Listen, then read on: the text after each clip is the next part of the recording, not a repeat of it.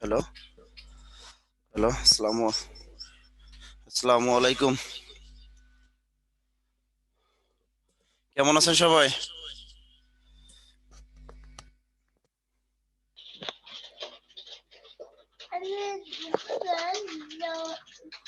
কি আক্তার, আসসালামু আলাইকুম।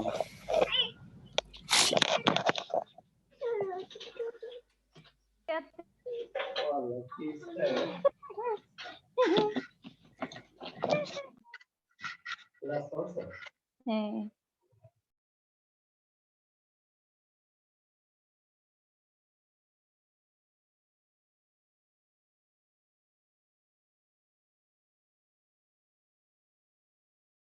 তার ভিতরে একজনকেও দেখতে দেখতে পাচ্ছি না।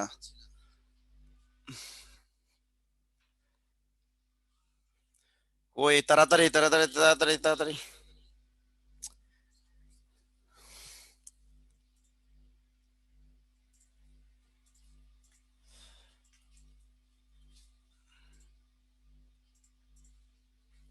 ভিডিও ওপেন না করা পর্যন্ত ক্লাস নিব না।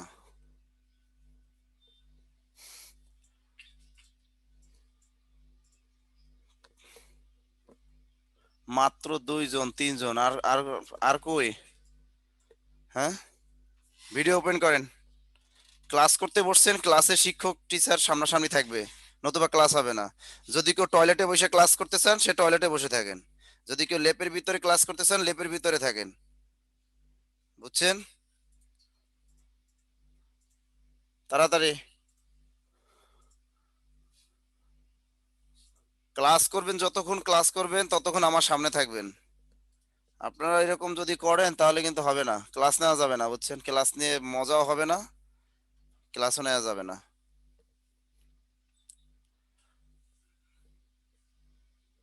এই সুখান্ত ভাই কই? দেখি না তো। ফারিয়াকে দেখি না, ফারজানা জাহানকেও দেখতেছি না। সুমাইয়া তুলি কই? মেহেদি হাসান ইমরান কোথায় আছেন আপনি? জাফরিন আক্তার কই? অঞ্জনা ইসলামকেও দেখি না। মামা শামসুল কই? রুবাইয়া হক, মেহেদি হাসান কোথায়?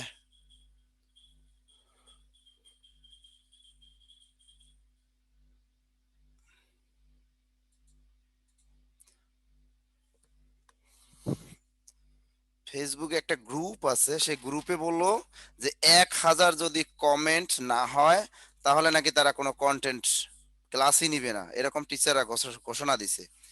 সেখানে 1000 কমেন্ট পড়ে তারপরে ক্লাস নেয়। আর আমাদের এখানে আপনারা হাতে গোনা 10 জন যদি ভিডিও ওপেন করতে বলি, ছেলেরা করেন, মেয়েদের দরকার নাই, তাও দেখি যে তাদের খবর পাওয়া যায় না। গার্লফ্রেন্ডের সাথে ঠিকই ছেলেরা এত সুন্দর সেটিং করে, সব খুইলা সেটিং করে। তখন ছেলেগুলা এলো অবস্থা আমাদের বাংলাদেশের, বুঝছেন?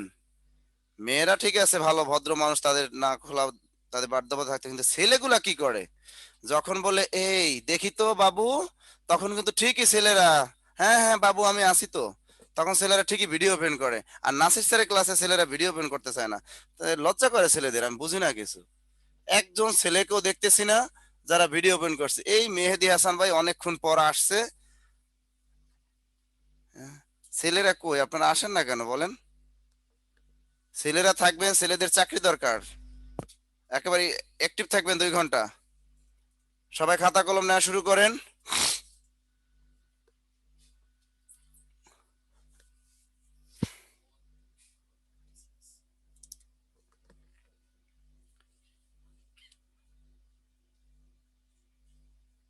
পথ প্রকরণ, যারা বিসিএস পরীক্ষা দিবেন এখান থেকে কিন্তু প্রশ্ন আসবে। 41তম বিসিএস, 42তম দেন আর 43তম দেন। আমাদের বিসিএস সিলেবাসের একটা অন্তর্ভুক্ত বিষয় হলো পথ প্রকরণ। এটা শুধু বিসিএস না, প্রাইমারি পরীক্ষার সিলেবাসের একটা অংশ, পথ প্রকরণ। এটা খুব ভালো করে আমাদের একটু শিখতে হবে। টপিকটা সহজ, বেশি একটা কঠিন না। আবার কঠিন সহজ বলে আবার আমরা পড়ি না, মনে করি যে এটা ইজি, আসলে ইজি না। ইংরেজির সাথে মিল আছে আমাদের এটা, এই জন্য আমরা এটা একটু পড়বো। পথ প্রকরণ, খাতা লেখা শুরু করেন। পথ জিনিসটিকে একটু বোঝার চেষ্টা করি আমি। যেমন আমি বলি আমি তোমাকে ভালোবাসি। এখানে আমি তোমাকে ভালোবাসি, এক জায়গায় লিখলাম আমি, নিচে লিখলাম তোমাকে, এরপর লিখলাম ভালোবাসি। এখানে আমি কিন্তু শব্দ নাকি পদ বলেন তো? এই বাক্যে আমি তোমাকে ভালোবাসি এগুলো কি শব্দ নাকি পদ? বলেন বলেন।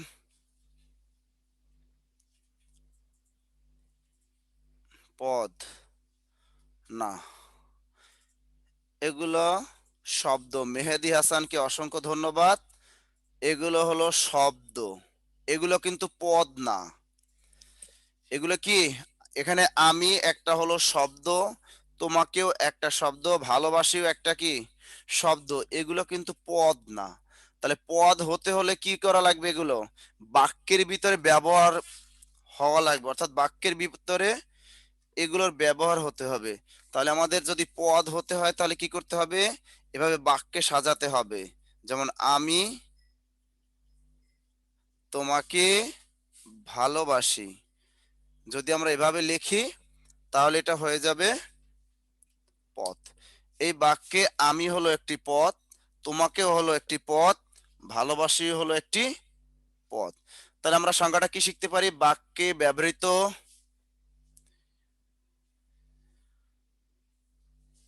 আচ্ছা বিশেষ্য এন্ড বিশেষণ নাকি? আচ্ছা, এখানে নতুনদের উদ্দেশ্যে ক্লাস চলতেছে, আজকে ক্লাসটা সবই শেষ করে দিব। রুবাইয়া হক বলছে স্যার আজকে সারাদিনে আপনার ক্লাস করব বলে প্রস্তুতি নিয়ে টেবিলে বসে আছি। বাহ, ভালোই তো, মাঝে মাঝে একটু খাওয়া দাওয়া করেন। তাহলে এখানে বলছি আমি তোমাকে ভালোবাসি, এই বাক্যের ভিতরে যখন বসিয়ে দিলাম তখন এটা হয়ে গেল পদ। তাহলে আমরা পরীক্ষা আসে বাক্যে ব্যবহৃত বিভক্তিযুক্ত শব্দ বা ধাতুকে পদ বলে। আমাদের ওল্ড একটা সংজ্ঞা ছিল, বাক্যে ব্যবহৃত বিভক্তিযুক্ত শব্দ বা ধাতুকে পদ বলে। বাক্যে ব্যবহৃত বিভক্তিযুক্ত শব্দ বা ধাতুকে পদ বলে, এটা হলো ওল্ড একটা সংজ্ঞা। এটাও কিন্তু চাকরি পরীক্ষায় দিয়ে দেয়। এর পরে সংজ্ঞা আসতে পারে, বাক্যে ব্যবহৃত প্রত্যেকটি অর্থবোধক শব্দই হলো এক একটি পদ। বাক্যে ব্যবহৃত প্রত্যেকটি শব্দই হলো এক একটি পদ। এখানে এই যে আমি তোমাকে ভালোবাসি, প্রত্যেকটাই হলো পদ। তাহলে বাক্যে ব্যবহৃত প্রত্যেকটি শব্দই হলো এক একটি পদ। 20তম বিসিএস পরীক্ষায় আসছিল, 20তম বিসিএস প্রিলিমিনারি পরীক্ষায় আসছিল বিভক্তিযুক্ত শব্দ বা ধাতুকে কি বলে। দেখছেন, একেবারে খুঁটিনাটি সংজ্ঞাও কিন্তু তুলে দেয় বিসিএস পরীক্ষায়। 20তম বিসিএস পরীক্ষা এসেছিল বিভক্তিযুক্ত শব্দ বা ধাতুকে কি বলে। বিভক্তিযুক্ত শব্দ বা ধাতুকে বলে পদ। এরপরে পদের আরেকটি সংজ্ঞা আমি বলে দিলাম, বাক্যে ব্যবহৃত প্রত্যেকটি শব্দই হলো এক একটি পদ। দুইটা শব্দ লিখে দিলাম। এরপরে পরীক্ষায় আসে পদ প্রধানত কয় প্রকার। পদ প্রধানত কয় প্রকার লিখে রাখুন, পদ প্রধানত দুই প্রকার। দ্রুত লিখুন, পদ প্রধানত দুই প্রকার। পদ প্রধানত দুই প্রকার। এরপরে লিখবেন বৈশিষ্ট্যের বিচারে পদ দুই প্রকার। বৈশিষ্ট্যের বিচারে পদ দুই প্রকার। পদ প্রধানত দুই প্রকার, একটা হলো সব্যয় আর একটা হলো অব্যয়। পদ প্রধানত দুই প্রকার, সেটি হলো সব্যয়। পদ প্রধান দুই প্রকার, একটা হলো সব্যয় আর একটি হলো অব্যয়। আর বৈশিষ্ট্যের বিচারে পদ দুই প্রকার, একটা হলো নামপদ আর একটি হলো ক্রিয়াপদ। বৈশিষ্ট্যের বিচারে পদ দুই প্রকার, নামপদ আর একটি হলো ক্রিয়াপদ। লিখেছেন সবাই? পরীক্ষা যদি আসে, যেমন একটা নন ক্যাডার পরীক্ষা আসছিল 2017 সালে, যে পদ প্রধানত কয় প্রকার। এরপরে আরেকটি নন ক্যাডার পরীক্ষা আসছিল, বৈশিষ্ট্যের বিচারে পদ কয় প্রকার। আমরা দুই প্রকারে টিক দিয়ে চলে আসব, মনে থাকে যেন। এরপরে যদি কোনো পরীক্ষা আসে পদ মোট কয় প্রকার, তাহলে যেমন এই পরীক্ষাটা একটা নন ক্যাডার পরীক্ষা 2015 সালে আসছিল, পদ মোট কয় প্রকার? তাহলে উত্তর হবে 5 প্রকার। লিখে রাখুন, পদ মোট হলো 5 প্রকার। এই খুঁটিনাটি বিষয়গুলো আমরা পড়ি না, এই খুঁটিনাটি বিষয়গুলোই কিন্তু পরীক্ষায় ধরে দেয়। তাহলে পদ মোট কয় প্রকার? 5 প্রকার। আমরা শুধু বিসিএস পরীক্ষা দিব না, আমরা নন ক্যাডার পরীক্ষা দিব, বিভিন্ন অধিদপ্তরে যে চাকরিগুলো হয় সেগুলো পরীক্ষাগুলো দিব। এজন্য আমাদের খুঁটিনাটি সবই পড়তে হবে। লিখেছেন সবাই? একটু কমেন্টে জানাই লেখা হয়েছে কিনা। যদি পরীক্ষা আসে পদ মোট কয় প্রকার? 5 প্রকার হবে। যদি বলে পদ প্রধানত কয় প্রকার? 2 প্রকার। বৈশিষ্ট্যের বিচার পদ কয় প্রকার? 2 প্রকার। আর যখনই বলবে মোট, কথাটা থাকবে মোট, মনে রাখবেন মোট। যখনই থাকবে পদ মোট কয় প্রকার, এই মোট কথাটা থাকলেই 5 প্রকার। মোট থাকলেই উত্তরটা চলে আসবে 5 প্রকার। এবার বলেন, পদ ব্যাকরণের কোন অংশে আলোচিত হয়?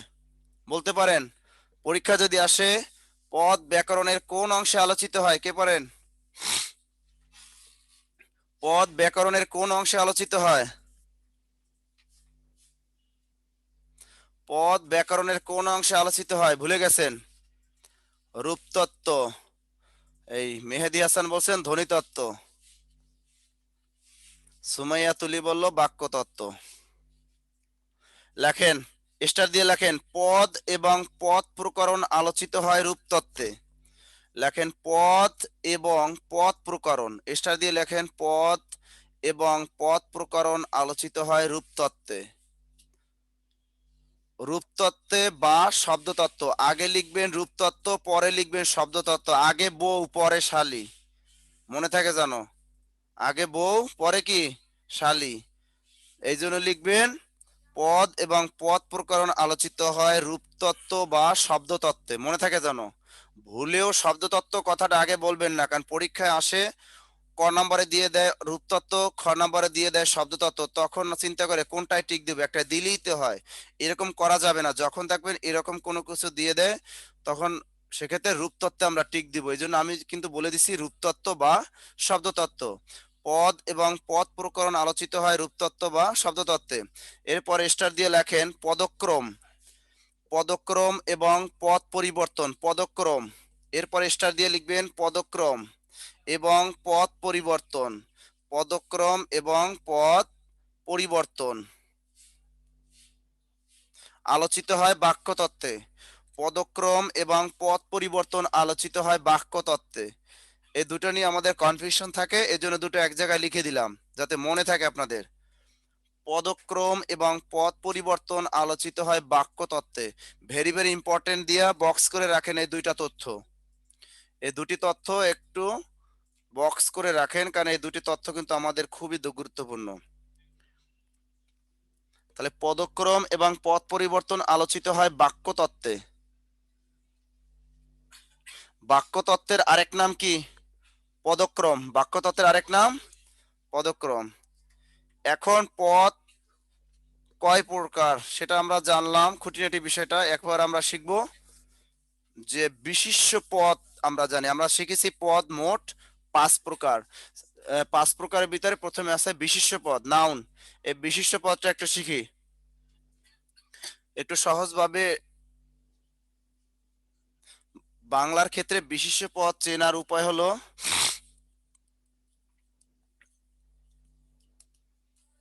চেনার উপায়, পদটি এক বচন হবে। পদটি এক বচন হবে। পদটি কি হবে? এক বচন হবে।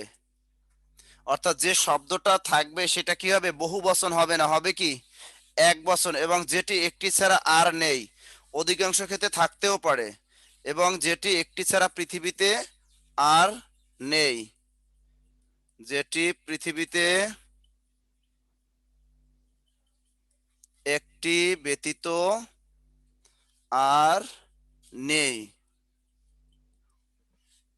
তাহলে বিশিষ্ট পদ চেনার উপায় কি? সহজভাবে লিখে রাখুন।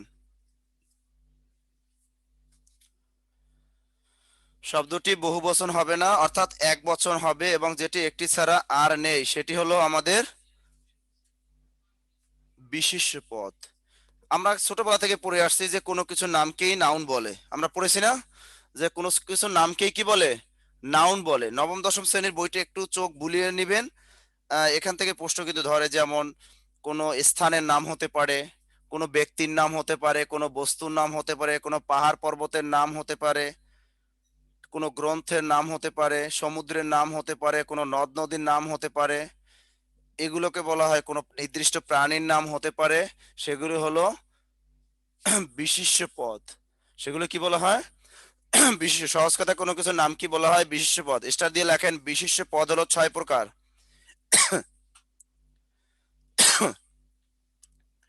বিশেষ্য পদ, ও আমি যে সংজ্ঞাটা লিখছি না, সরি এখানে একটু ভুল হয়ে গেল, যে এই যে বিশেষ্য পদ যে সংজ্ঞাটা আমি লিখছি, এটা আসলে না, এটা হলো নামবাচক বা সংজ্ঞাবাচক বিশেষ্যের। এটা এটা লিখবা নামবাচক বা সংজ্ঞাবাচক।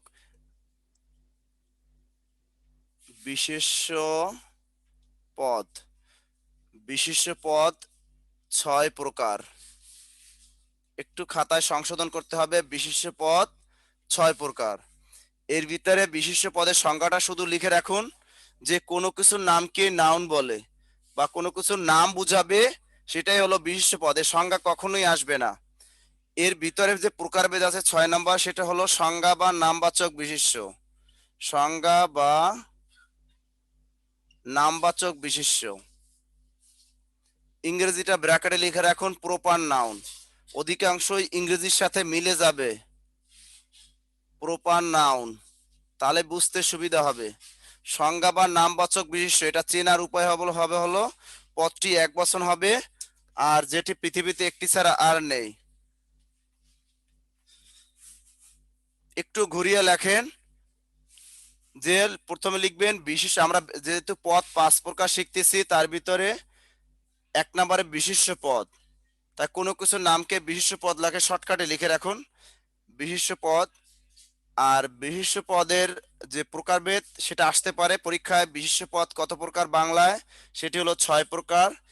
সেই 1 নাম্বার হলো সংজ্ঞা বা নামবাচক বিশেষ্য। সংজ্ঞা বা নামবাচক বিশেষ্য ব্র্যাকেটে লিখবেন প্রপার নাউন, ব্র্যাকেটে লিখে রাখবেন প্রপার নাউন। এরপরে লিখবেন প্রপার নাউন। তাহলে চেনার উপায় কি, কেমনে আমরা চিনবো নিচে সংজ্ঞা বা নামবাচক বিশেষ্যটা কেমনে চিনবো? পরীক্ষা আসবে নিচের কোনটি সংজ্ঞা বা নামবাচক বিশেষ্যের উদাহরণ। তখন আমরা দেখব যে ওই পদ, শব্দ বা পদটি কখনোই বহু বচন হবে না, অর্থাৎ এক বচন হবে, এবং যেটি পৃথিবীতে একটি ছাড়া আর নেই, সেটা কি বলা হয়? সংজ্ঞা বা নামবাচক বিশেষ্য। সংজ্ঞা বা নামবাচক বিশেষ্য। যেমন আমি যদি বলি গোলাপ, কি বললাম? গোলাপ, গোলাপ। তারপর বললাম গীতাঞ্জলি, গীতাঞ্জলি। তারপর বললাম রংপুর, রংপুর। তারপর বললাম পদ্মা, তারপর বললাম ইত্তেফাক, ইত্তেফাক। ঠিক আছে, এই জিনিসগুলো হলো কি। তারপর বললাম যেমন টিয়া, ময়না। ইংরেজির ক্ষেত্রে এগুলো কিন্তু একটু ব্যতিক্রম, টিয়া। কিন্তু এখানে বাংলা বইয়ের, যেহেতু নবম দশম শ্রেণীর বই, বোর্ড বইটা আমাদের ফলো করতে হবে, সেখানে যে পশু পাখির নামগুলো আছে সেগুলো দেয়া আছে, সংজ্ঞা বা নামবাচক বিশেষ্যের উদাহরণ। তাহলে আমি বলেছি, এই দেখেন গীতাঞ্জলি একটা নির্দিষ্ট বইয়ের নাম, পরীক্ষা যে কোনো একটা বইয়ের নাম তুলে দিয়ে বলবে যে এটি কোন বিশেষ্য। তাহলে এটা হলো সংজ্ঞা বা নামবাচক। কারণ গীতাঞ্জলি এই বইটা পৃথিবীতে একটি ছাড়া আর নেই, এটা হলো এক বচন। গোলাপ, কেন পৃথিবীতে যে কোনো একটা গোলাপ, যে কোনো একটা ফুলের নাম বলুক না কেন, কোনো সমস্যা নেই, এটা কিন্তু এক বচন। তেমনি রংপুর একটা নির্দিষ্ট স্থানের নাম, তেমনি যদি বলে লন্ডন, কোনো সমস্যা না, আমেরিকা বললেও কোনো সমস্যা না, হিমালয়, যে কোনো জায়গার একটা নাম বলুক, সেগুলো হবে কি সংজ্ঞা বা নামবাচক বিশেষ্য। এই যে পদ্মা একটা নদীর নাম, যে কোনো একটা নদীর নাম বলে দিতে পারে, তেমনি ময়না, টিয়া, যে কোনো একটা পাখির বা প্রাণীর নাম বলে দিতে পারে, সেটা হবে কি সংজ্ঞা বা নামবাচক বিশেষ্য। তা সহজভাবে মনে রাখেন, এটা কিন্তু সহজ, নবম দশম শ্রেণীর বইটা থেকে হালকা একটু চোখ বুলিয়ে নেবেন, এখান থেকে বিসিএস এ আসার সম্ভাবনা খুবই কম। সংজ্ঞা বা নামবাচক থেকে বিসিএস এ পরীক্ষা আসার সম্ভাবনা কম, কারণ এটা একটু সহজ তো। এর পরেরটা থেকে আসতে পারে। 2 নম্বরটা লেখেন জাতিবাচক বিশেষ্য। জাতিবাচক বিশেষ্য।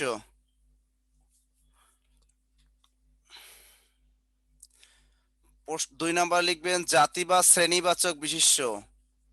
জাতি বা শ্রেণীবাচক বিশেষ্য, এটা কিন্তু বিসিএস পরীক্ষার জন্য গুরুত্বপূর্ণ। ইংরেজিতে বলে কমন নাউন। কমন নাউন, জাতি বা শ্রেণীবাচক বিশেষ্য। প্রশ্নকর্তারা চালাক, বলে দিবে নিচের কোনটি শ্রেণীবাচক বিশেষ্য। তা লিখে রাখুন, জাতিবাচক বা শ্রেণীবাচক বিশেষ্য এটি হলো কমন নাউন। এটি হলো কমন নাউন।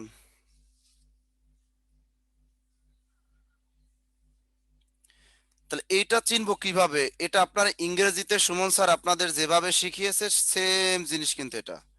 অর্থাৎ এক জাতীয়, যে বিশেষ্য পদ দ্বারা এক জাতীয় সব সকলকে বুঝাবে। তা লিখে রাখুন, এক জাতীয় সবাইকে বুঝাবে, সেটি হলো জাতিবাচক বিশেষ্য।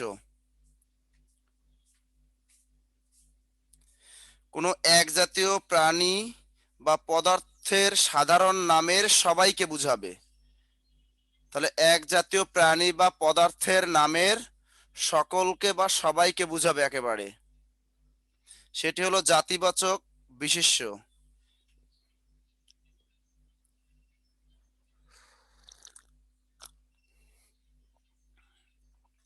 জাতিবাচক বিশেষ্যটা কি?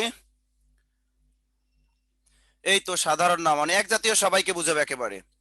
যেমন আমরা খন্ড খন্ড খন্ড খন্ড একটা একটা একটা একটা শিখি, কিন্তু এখানে সবাইকে বুঝাবে একেবারে। আমরা শিখলাম যদি বলে রহিম, করিম, জব্বার, এরকম অনেক নাম আছে, জুলেখা, আম্বিয়া, অভাব নাই মানুষের নামের। ঠিক আছে, এই নামগুলা কিন্তু প্রপার নাউন। কিন্তু যখন আমরা যদি বলি মানুষ, তখন কি হয়ে যাবে? কমন নাউন হয়ে যায়। যদি মানুষ বলি, এখান থেকে আলাদা করে নিই মানুষ, তাহলে কি হয়ে যাবে? কমন নাউন হয়ে যাবে, মানে জাতিবাচক বিশেষ্য হয়ে যাবে। জাতিবাচক বিশেষ্য, এই তিনটা জিনিস আমি এক জায়গায় একটু লিখে দিই। প্রথমটা ছিল কি? সংজ্ঞাবাচক,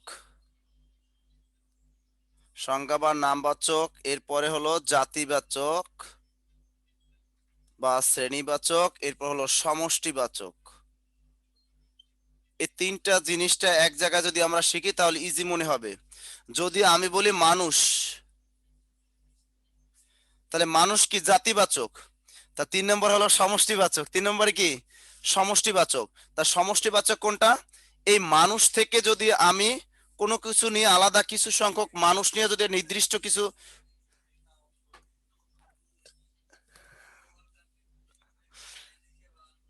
আচ্ছা দেখেন, মানুষ সমষ্টিবাচক কি হবে? যদি বলি জনতা, মাহফিল, এই মানুষ থেকে মাহফিল কিন্তু কিছু সংখ্যক মানুষ নিয়ে তৈরি হয়। তারপরে সংসদ, যে কয়টা আমাদের বইয়ে আছে শুধু ওই কটাই আমরা শিখবো। যে কয়টা শুধু আছে আমরা ওই কটাই শুধু শিখবো। বাংলার ক্ষেত্রে অতিরিক্ত পড়তে গেলে আমাদের সমস্যা। 9-10 বইয়ে যা আছে ওই কটাই আমরা শিখি। আমি যে কটা লেখাই দিই, 9-10 বইয়ের বাইরে থেকে যেগুলো আছে ওগুলো আমি লেখাই দিচ্ছি। জনতা, তারা তো লেখেন জনতা। যদি আসে পুলিশ, বাংলার ক্ষেত্রে কিন্তু পুলিশ কি হবে? সমষ্টিবাচক। পুলিশ, জনতা, মাহফিল, সংসদ, পুলিশ লিখেছেন। তারপর পঞ্চায়েত, এটা খুবই গুরুত্বপূর্ণ। পঞ্চায়েত, এই পঞ্চায়েতটা পরীক্ষা আসতে পারে, জনতা পরীক্ষা আসতে পারে, মাহফিল আসতে পারে, সংসদ আসতে পারে। এগুলো কিন্তু খুবই গুরুত্বপূর্ণ, এগুলো সমষ্টিবাচক বিশেষ। পঞ্চায়েত মানে কি বললাম? এই পঞ্চায়েত যারা সালিশি করে, গ্রামে দেখবেন 8-10 জন মানুষ বা 20 জন মানুষ, 5-6 জন মানুষ মিলে তারা কি করে? একটা সালিশি করে। সেই সালিশিটাকে বলা হয় পঞ্চায়েত। জনতা, মাহফিল, সঞ্চায়েত, তারপর কি? সভা সমিতি, সভা সমিতি, সভা সমিতি, কমিটি। তারপর আবার ক্লাব, একটা ক্লাব করে কয়জনে মিলে? একটা ক্লাবে কিন্তু সব পৃথিবীর সব মানুষ মিলে ক্লাব করে না। একটা গ্রামগঞ্জে ক্লাব আছে, যেখানে ক্লাবে আওয়ামী লীগ বিএনপির ক্লাব আছে, কিন্তু কিছু সংখ্যক মানুষ নিয়ে কি করে, আড্ডা মারে, সেখানে বসে ক্রাম খেলে। দেখবা গ্রামগঞ্জে বা পাড়া মহল্লায় এরকম ক্লাব তৈরি হয়। তো সেই ক্লাবগুলো কি সমষ্টিবাচক বিশিষ্ট, এগুলো লিখে রাখো একটু। ক্লাব, কমিটি, কমিটি গঠন হয় কিভাবে, 20-25 জন 50 জন মানুষ নিয়ে একটা কমিটি গঠন হতে পারে। তাহলে কমিটিটা কি, সেটা কিন্তু সমষ্টিবাচক বিশিষ্ট। দ্রুত লেখেন। তারপর দল কি হবে, দল, দল। আচ্ছা, এখন এই মানুষ থেকে যদি আমরা কোনো নাম টাম বলি, কোনো মানুষের নাম, এই যে পিঙ্কি, ঝর্ণা, স্বর্ণা, এগুলো সব কি, পিঙ্কি, ঝর্ণা, স্বর্ণা, এই নামগুলো যদি আলাদা বলি, তাহলে সেগুলো হবে সংজ্ঞা বা সংজ্ঞাবাচক বিশিষ্ট। একটু বললেন বললেন তাড়াতাড়ি, তাড়াতাড়ি তাড়াতাড়ি তাড়াতাড়ি। শুনেন, পশু পাখির নামের ক্ষেত্রে একটু প্রাণীর নাম খেয়াল রাখতে, যে মুরগি, টিয়া, ময়না, এই যে রুই, কাতল, চিতাল, এই মাছগুলা কিন্তু বাংলা বইয়ে আমাদের দেয়া আছে, ভেজাল লাগাইছে আর কি। এটাতে কিন্তু সংজ্ঞা বা নামবাচকে দেয়া, ইংরেজির সাথে আমাদের এখানে একটু ভেজাল। কারণ এই যে টিয়া, ময়না, বুলবুলি, এই যে এগুলা দিছে, শালিক, মোরক, এগুলো দিছে প্রাণীবাচক নাম, প্রাণীবাচক প্রাণীর নাম, এটা হলো প্রাণীর নাম, এটা সংজ্ঞা বা নামবাচক বিশেষের ভিতরে উদাহরণ দেয়া। নবম দশম শ্রেণী বইটা ফলো করো, কিছু কিছু জিনিস আছে এড়িয়ে যেতে হবে আমাদের। কারণ আবার বার্ড মানে পাখি, এটা কেন বাংলার ক্ষেত্রে আলাদা নিল আমরা একটু দেখি। যেমন পাখি, যদি আমরা বলি পাখি, এই পাখি হলো বাংলা বইয়ে দেয়া আছে নবম দশম শ্রেণী পাখি, পাখি দেয়া আছে জাতিবাচক বিশেষ। এই পাখি থেকে যদি বলি ঝাঁক, এক ঝাঁক পাখি, এই যে ঝাঁক যখন বলবো তখন সমষ্টিবাচক হয়ে যাবে। পাখি থেকে আবার যখন এই যে ময়না, টিয়া, ঠিক আছে, এইগুলা যখন আবার এই যে আলাদা আলাদা পাখির নাম যদি বলি, বুলবুলি, তখন আবার এটা নবম দশম শ্রেণী বই দেয়া আছে কি সংজ্ঞা বা নামবাচক বিশেষে, এগুলো হলো সংজ্ঞা বা নামবাচক। তেমনি আমরা যদি বলি মাছ, পৃথিবীর সমস্ত মাছকে কিন্তু বোঝায়, মাছ হবে জাতিবাচক বিশেষে বাংলার ক্ষেত্রে। আবার এই মাছেরও কি আছে, পাখির যেরকম ঝাঁক থাকে, পাখির ঝাঁক, মাছেরও কিন্তু ঝাঁক থাকে। এক ঝাঁক পাখি উড়ে যাচ্ছে আমরা কিন্তু বলি, তেমনি এক ঝাঁক মাছও কিন্তু, মাছের যে ঝাঁক থাকে কিন্তু একসাথে যখন তারা চলাফেরা করে, তখনও কিন্তু এটা কি হয়ে যাবে, সমষ্টিবাচক বিশেষ্য হয়ে যাবে, ঝাঁক। এখন যদি আমি এই মাছ থেকে আলাদা আলাদা মাছের যত নাম আছে, ইলিশ, রুই, কাতল, চিতল, এই যে ইলিশ, রুই, কাতল, যত মাছ আমরা আলাদা আলাদা নিব, তখন সেগুলো বাংলার ক্ষেত্রে হবে সংজ্ঞা বা নামবাচক বিশেষ্য, সেগুলো হবে সংজ্ঞা বা নামবাচক বিশেষ্য। লিখছেন, তাড়াতাড়ি তাড়াতাড়ি লেখেন।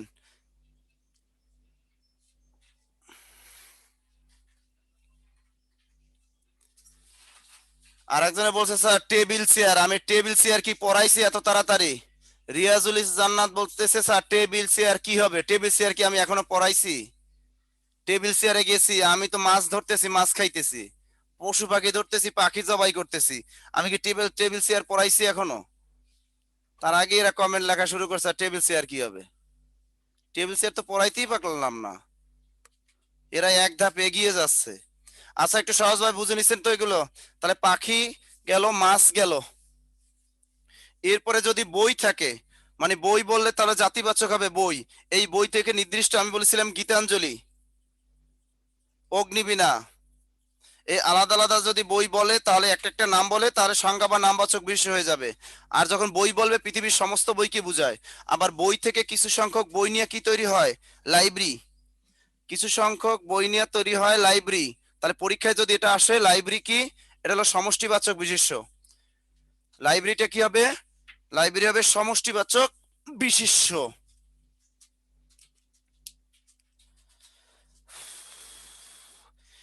এরপরে যদি বলে মানুষ গেল, পাখি গেল, শহর আছে, মাছ আছে, ফুল আছে, পোশাক আছে, যদি নদী বলে, নদী, নদী কি হবে? নদীটা হবে জাতিবাচক। নদীটা কি হবে? জাতিবাচক। এখন নদী নিয়ে, নদী কিছু সংখ্যক নদী নিয়ে কি হয়, নদীর মোহনা হতে পারে, মোহনা বা নদী। আর যদি কিছু আলাদা আলাদা নদী বলি, যেমন পদ্মা, মেঘনা, যমুনা, তাহলে সেটাগুলো হবে সংজ্ঞা বা নামবাচক বিশেষ্য। সমষ্টিবাচক বিশেষ্যে কয়েকটা উদাহরণ আমি বলে দিচ্ছি, একটু লেখেন। জাতিবাচক বিশেষ্যের কয়েকটা উদাহরণ লেখেন, আর কয়েকটা লিখবেন সমষ্টিবাচক বিশেষ্যের উদাহরণ, যেগুলো বিভিন্ন নন ক্যাডার পরীক্ষায়, বিভিন্ন প্রাইমারি পরীক্ষায় এগুলো আসছে, সেগুলো একটু আমরা একটু লিখে রাখি। ওখান থেকেই কমন পড়বে, এর বাইরে থেকে আসবে না, এর বাইরে থেকে কখনো আসার সম্ভাবনা নাই। তাহলে কয়েকটা আমরা প্রথমে জাতিবাচক বিশেষ্যের কয়েকটা উদাহরণ আমরা লিখে রাখি। সবাই একটু লেখেন জাতিবাচক বিশেষ্যের উদাহরণ। লেখেন পর্বত, পর্বত, কবি, শহর। পর্বত জাতিবাচক বিশেষ্যের ঘরে লিখবেন পর্বত, কবি, শহর। গাছ, গাছ, ফুল, ফুল। বালিকা, গ্রহ, গ্রহ। পোশাক, পোশাক। মুসলমান, মুসলমান, মুসলমান। হিন্দু, চাকমা, চাকমা। বাঙালি, বাঙালি। সাগর, সাগর। এই যে কটা বললাম এগুলো হলো জাতিবাচক বা শ্রেণীবাচক বিশেষ্য। বাংলার ক্ষেত্রে যে কটা উদাহরণ বলেছি এর বাহির থেকে আসবে না, ইজাবৎকালে কোনো পরীক্ষায় আসেনি। যতগুলা চাকরি পরীক্ষা হয়েছে, কোনো চাকরি পরীক্ষায় যে কটা উদাহরণ বলেছি এর বাইরে থেকে আসেনি, আর এর বাইরে থেকে আসবেও না। এর অতিরিক্ত আমাদের পড়ার কোনো দরকার নাই। এরপরে সমষ্টিবাচক বিশেষ্যের কয়েকটা উদাহরণ লেখেন। যে কয়টা লেখাইছে আরো দুই একটা উদাহরণ আপনারা লিখে ফেলেন। পাল, কয়কার পাল না পাল, যেমন গরুর পাল যেটাকে বলে, লেখেন পাল। মন্ত্রীবর্গ, পাল, মন্ত্রীবর্গ, মন্ত্রীবর্গ। শ্রেণী, শ্রেণী, শ্রেণী। নৌবহর, পরিবার। শ্রেণী, নৌবহর, পরিবার। পরিবারটা খুবই গুরুত্বপূর্ণ কিন্তু, পরিবার, পরিবার। গুচ্ছ, গয়েস্কের গু চয়সাস্য, গুচ্ছ। পরিবার, গয়েস্ক গু চয়স, গুচ্ছ, পরিবার। গুচ্ছ শব্দটা আলাদা লিখবেন, এরপরে লিখবেন পরিবার। বহর শব্দটা লিখেন কিন্তু, বহর, বহর। এগুলো হলো সমষ্টিবাচক বিশেষ্যের উদাহরণ। লিখছেন সবাই? লেখা শেষ? আচ্ছা, হয়ে গেল আমাদের। এর বাইরে পড়াশোনা করার কোনো দরকার নাই। জাতিবাচক শিখলাম, সমষ্টিবাচক। এখান থেকে পরীক্ষা আসতে পারে, খুবই গুরুত্বপূর্ণ, বিশেষ পরীক্ষা, সব পরীক্ষার জন্য গুরুত্বপূর্ণ, যে নিচের কোনটি জাতিবাচক বিশেষ্যের উদাহরণ পরীক্ষা আসবে, অথবা আসতে পারে নিচের কোনটি শ্রেণীবাচক বিশেষ্যের উদাহরণ, আসতে পারে নিচের কোনটি সমষ্টিবাচক বিশেষ্যের উদাহরণ। যে কটা লেখায় দিচ্ছি শুধু এই কটা পড়লেই হবে, আর পড়ার কোনো দরকার নেই আমাদের। এরপরে আমরা লিখবো বস্তুবাচক বা দ্রব্যবাচক বিশেষ্য, 4 নাম্বার। বস্তুবাচক বা দ্রব্যবাচক বিশেষ্য। 4 নাম্বার লেখেন বস্তুবাচক বা দ্রব্যবাচক বিশেষ্য। বস্তুবাচক বা দ্রব্যবাচক বিশেষ্য, ম্যাটেরিয়াল নাউন। বস্তুবাচক বা দ্রব্যবাচক বিশেষ্য, বস্তুবাচক বা দ্রব্যবাচক বিশেষ্য।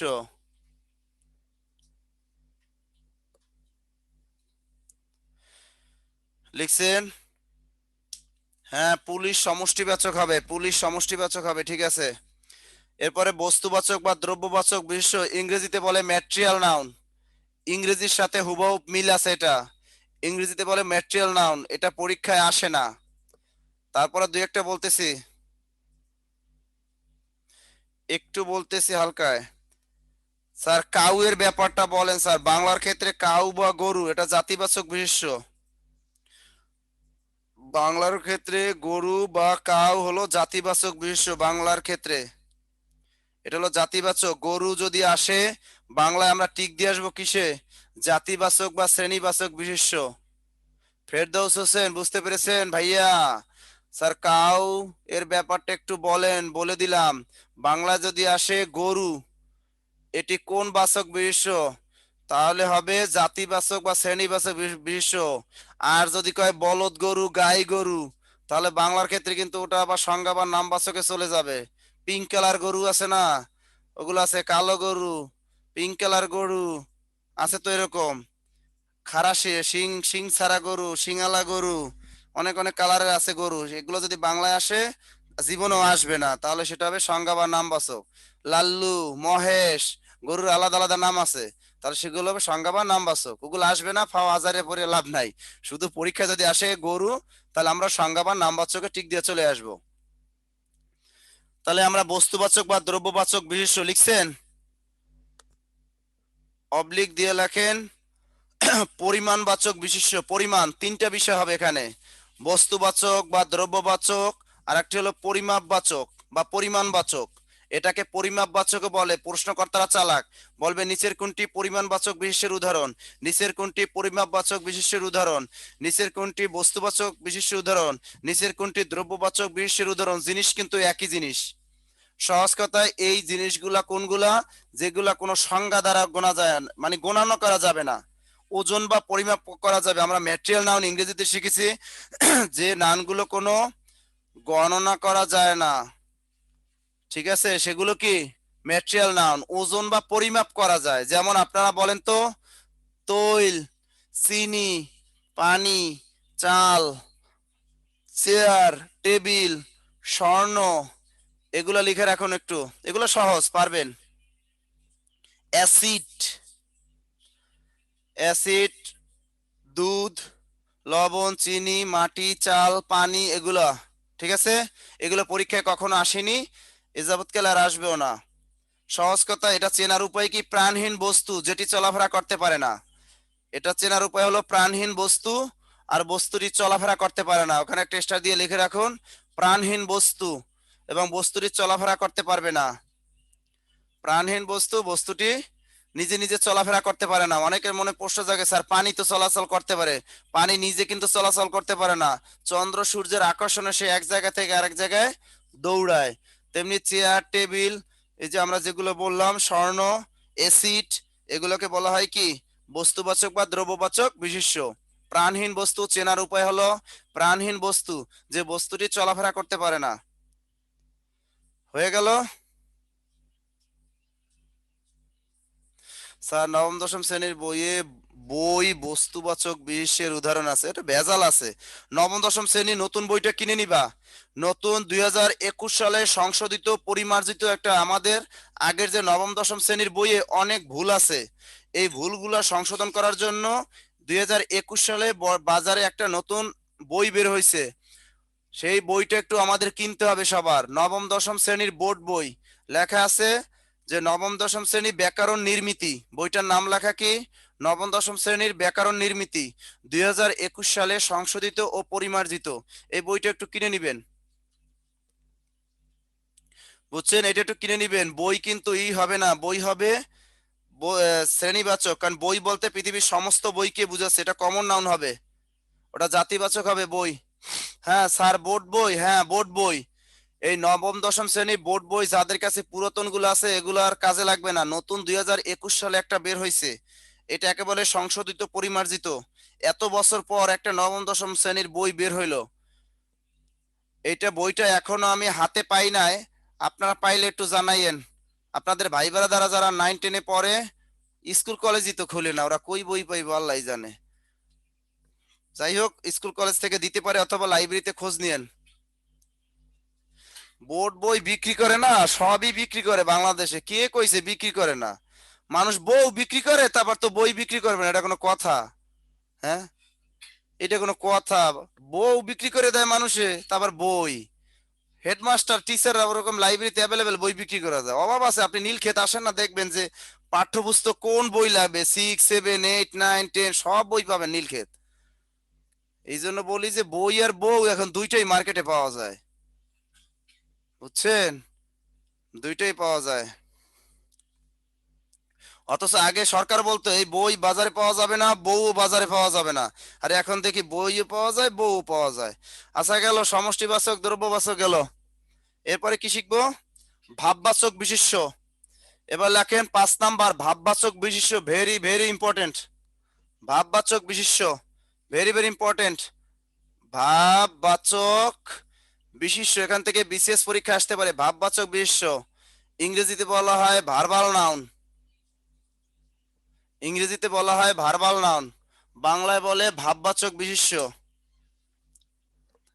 চেনার উপায়, চেনার উপায় লেখেন ক্রিয়া শেষে, ক্রিয়া শেষে আ অথবা অন থাকবে। ক্রিয়া শেষে আ অথবা অন থাকবে।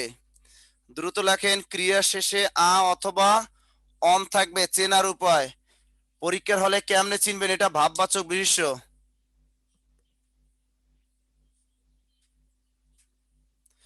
তামান্না কি নতুন বই কিনছো নাকি? তামান্না কিনে ফেলছে পদ প্রকরণ। বাংলা একাডেমির বইয়ে পদ প্রকরণ আছে কিন্তু। বাংলা একাডেমি ব্যবহারিক বাংলা ব্যাকরণ, বাংলা একাডেমি প্রমিত বাংলা ভাষার ব্যাকরণ বইয়ে পদ প্রকরণ আছে, বুঝেছেন? সমস্যা নাই, আমাদের তো হেল্প আছে। আর নতুন বইটা আমি এখনো দেখিনি, দেখতে হবে। তাহলে কি বলছি? ক্রিয়া শেষে আ অথবা অন থাকবে। চেনার উপায় কি? ক্রিয়া শেষে আ অথবা অন থাকবে। যেমন দ্রুত লিখে যান, গমন, দর্শন, ভোজন, শয়ন। দ্রুত লেখেন গমন, দ্রুত লিখবেন গমন, দর্শন, শয়ন। দ্রুত লেখেন গমন, দর্শন, শয়ন, ভোজন, ভোজন। ইংরেজিতে যেরকম আমরা জিরান্ড পার্টিসিপল আছে না, ওইগুলাই হলো বাংলায় ভাববাচক বিশেষ্যগুলা। আমাদের একটু শর্টকাট লেখেন, শর্টকাট করে লেখেন গমন, ভোজন, গমন, ভোজন, দর্শন, শয়ন, ধরন, চলন, শ্রবণ, ধরন, চলন, শ্রবণ। দ্রুত লেখেন ধরন, চলন, শ্রবণ, শ্রবণ। বলা, কড়া, বলা, বল আইকাল্লা বলা, বল আইকাল্লা বলা, পড় শূন্য আকার পড়া, বলা, পড়া। চলা, চল আইকারলা চলা। ফেরা, ফয়কার ফের আইকাররা ফেরা। বলা, পড়া, চলা, ফেরা। খাওয়া, তারপর লেখেন খাওয়া, দেওয়া, খাওয়া দেওয়া। নেওয়া, নেওয়া। পঠন, পঠন, পঠন, পঠন। আমি চেনার উপায় কিভাবে দিচ্ছি, পরীক্ষা আসবে নিচের কোনটি ভাববাচক বিশেষ্যের উদাহরণ, কেমনে শিখবেন? দেখেন, গমন উচ্চারণে অন আসে, আসে না? গমন উচ্চারণে কিন্তু অন আসে। তেমনি ভোজন উচ্চারণে অন আসে, পঠন উচ্চারণে শেষে অন আসে, দর্শন ক্রিয়া শেষে অন আসে, শয়ন শেষে অন আসে। তারপর বললাম কি? চলা, ফেরা, ফয়কার ফের আয়কারা ফেরা। খাওয়া, এই যে খাওয়া, ঠিক আছে, এই যে ফেরা শেষে আ আছে, খাওয়া শেষে আ আসছে। সহজ কথায় মনে রাখবেন, ভাববাচক বৈশিষ্ট্যটা ক্রিয়া শেষে আ বা অন থাকবে। সবাই কি বুঝতে পেরেছেন ভাববাচক বিশিষ্ট্যটা? কথা বলেন, কথা বলেন একটু তাড়াতাড়ি তাড়াতাড়ি। সবাই বুঝতে পেরেছেন ভাববাচক বিশিষ্ট্য? এরপরে দ্রুত লেখেন 6 নাম্বার, গুণবাচক বিশিষ্ট্য। 6 নাম্বার লিখবেন গুণবাচক বিশিষ্ট্য। গুণবাচক বিশিষ্ট্য, এই ভাববাচক বিশিষ্ট্য যে কয়টা উদাহরণ দিলাম এই কয়টা পড়লেই হবে, এর বাইরে থেকে কখনোই আসবে না। এবার আমরা শিখবো গুণবাচক বিশিষ্ট্য। অ্যাবস্ট্রাক্ট নাউন, এটাকে বলা হয় abstract noun, very very important.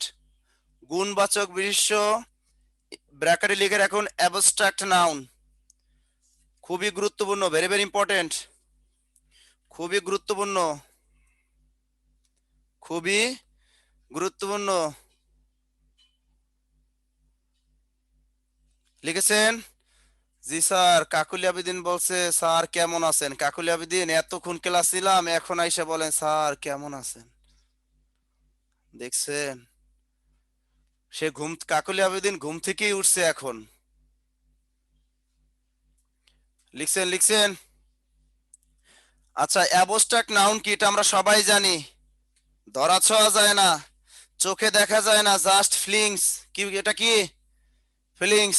ধরতেও পারবো না, খাইতেও পারবো না, চোখ দিয়ে দেখতেও পারবো না, শুধু ফিলিংস করা লাগবো।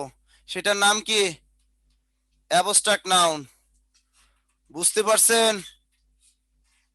কথা কন না কে? অ্যাবস্ট্রাক্ট নাউন কি? ধরতেও পারবেন না, খাইতেও পারবেন না, চোখ দিয়ে দেখতেও পারবেন না, শুধু কি করবেন? অনুভব করবেন, ফিলিংস। সেটাকে কি বলে? Abstract noun. জীবনে ভুলবেন না স্যার, আপনি যে সংজ্ঞা দিয়েছেন এগুলো কি ভোলা যায়? তাই না? আচ্ছা, চেনার উপায়। সাধারণত শব্দের শেষে লেখেন চেনার উপায়। চেনার উপায় সাধারণত শব্দের শেষে তয়াকারে তা। সাধারণত শব্দের শেষে তয়াকারে তা, তয় বা ফলা। সাধারণত শব্দের শেষে তয়াকারে তা, তয় বা ফলা। স্বরে অ, স্বরে আ, স্বরে অ, স্বরে আ। সাধারণত শব্দের শেষে তয়কারে তা, তয় বা ফলা, স্বরে আ, সরি স্বরে অ, স্বরে আ থাকে।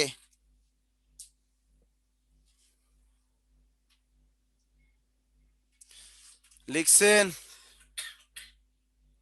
তাহলে কি লিখছি? শব্দের শেষে তয়াকারে তা, শব্দের শেষে তয়াকারে তা, তয় ব, স্বরে অ, স্বরে আ।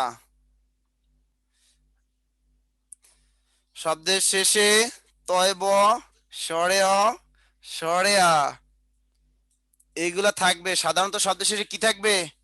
তয়কারে তা, তয় ব, স্বরে অ, স্বরে আ। এখান থেকে বিশেষ পরীক্ষায় প্রশ্ন আসতে পারে, খুবই গুরুত্বপূর্ণ, ভেরি ভেরি ইম্পর্টেন্ট। প্রাইমারি বলেন, যে কোনো চাকরির জন্য গুরুত্বপূর্ণ, গুণবাচক বিশিষ্ট। তাহলে আমরা শিখেছি কি?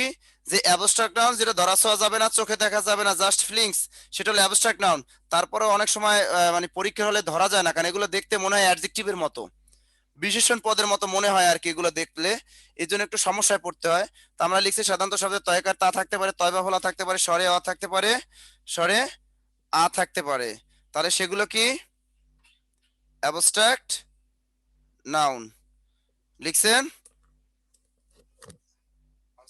একটু বলেন স্যার তাড়াতাড়ি। হ্যাঁ, ক্লাসে ফার্মগেট।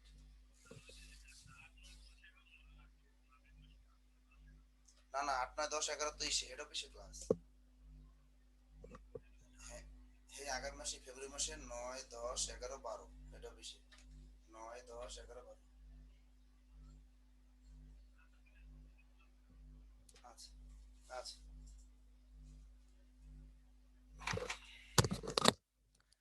তাহলে আমরা আহ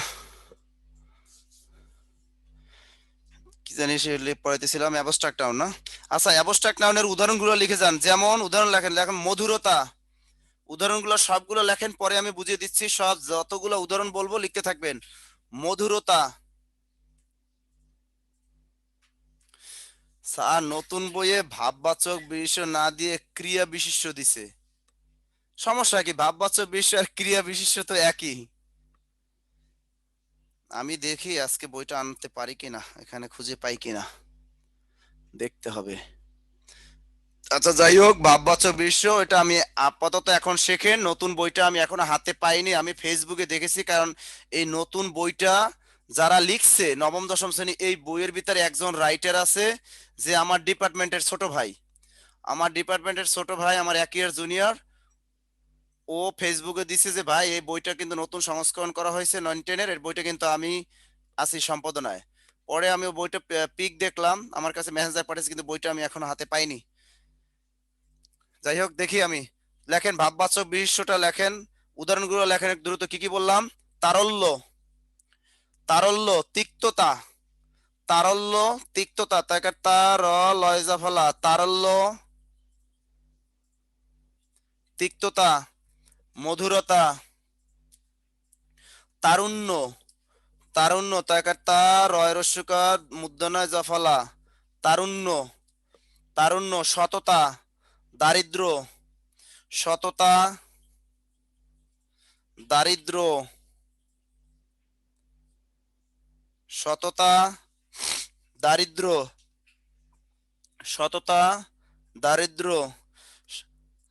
সততা, দারিদ্র লিখছেন। যৌবন, স্বাস্থ্য, তাড়াতাড়ি লেখেন। যৌবন, দেখছেন যৌবন দেখতে মনে হয় কিন্তু অ্যাডজেক্টিভ, তাই না? যৌবন যদি পরীক্ষা আসে, যে তারুণ্য, এগুলো দেখতে মনে হয় বিশেষণ পদ, আসলে এগুলো কিন্তু বিশেষণ পদ না। তাহলে যৌবন, সুখ, দুঃখ, সুখ, কমা দিয়ে লেখেন দুঃখ, মাতৃত্ব, পিতৃত্ব, বাল্যত্ব। আমরা কিন্তু বাংলায় ইংরেজিতে শিখছি না, মাদারহুড, ফাদারহুড, বয়হুড, চাইল্ডহুড। কারণ কোনো ইংরেজি শব্দের শেষে যদি হুড থাকে তাহলে সেটা নাউন, মনে আছে? আপনাদের যে ইংরেজি স্যার পড়ায় যে কোনো ইংরেজি মানে ওয়ার্ডের শেষে যদি হুড থাকে তাহলে সেটা নাউন হয়ে যায়। তেমনি বাংলায় ওইগুলোর আর কি, চাইল্ডহুড, ফাদারহুড, মাদারহুড, বয়হুড, এগুলোর বাংলা কি? শৈশব। চাইল্ডহুডের বাংলা হলো শৈশব, তার লেখেন শৈশব। শৈশব, পিতৃত্ব, মাতৃত্ব, পিতৃত্ব, মাতৃত্ব, এগুলো আর কি। বন্ধুত্ব, সততা, বন্ধুত্ব, সততা, দয়া, স্নেহ, দয়া, স্নেহ, গাম্ভীর্য, এটা কিন্তু অনেকবার পরীক্ষা আসছে। গাম্ভীর্য অনেকবার আসছে। গাম্ভীর্য বানান গয়াকারে গা, ময় ভয়, দীর্ঘিকা অন্তর্জয় রেফ। গাম্ভীর্য, এটা কিন্তু অনেকবার পরীক্ষা আসে, দেখতে মনে হয় বিশেষণ পদ। গাম্ভীর্য। তারপরে স্নিগ্ধতা, স্নিগ্ধতা, স্নিগ্ধতা, গাম্ভীর্য, স্নিগ্ধতা,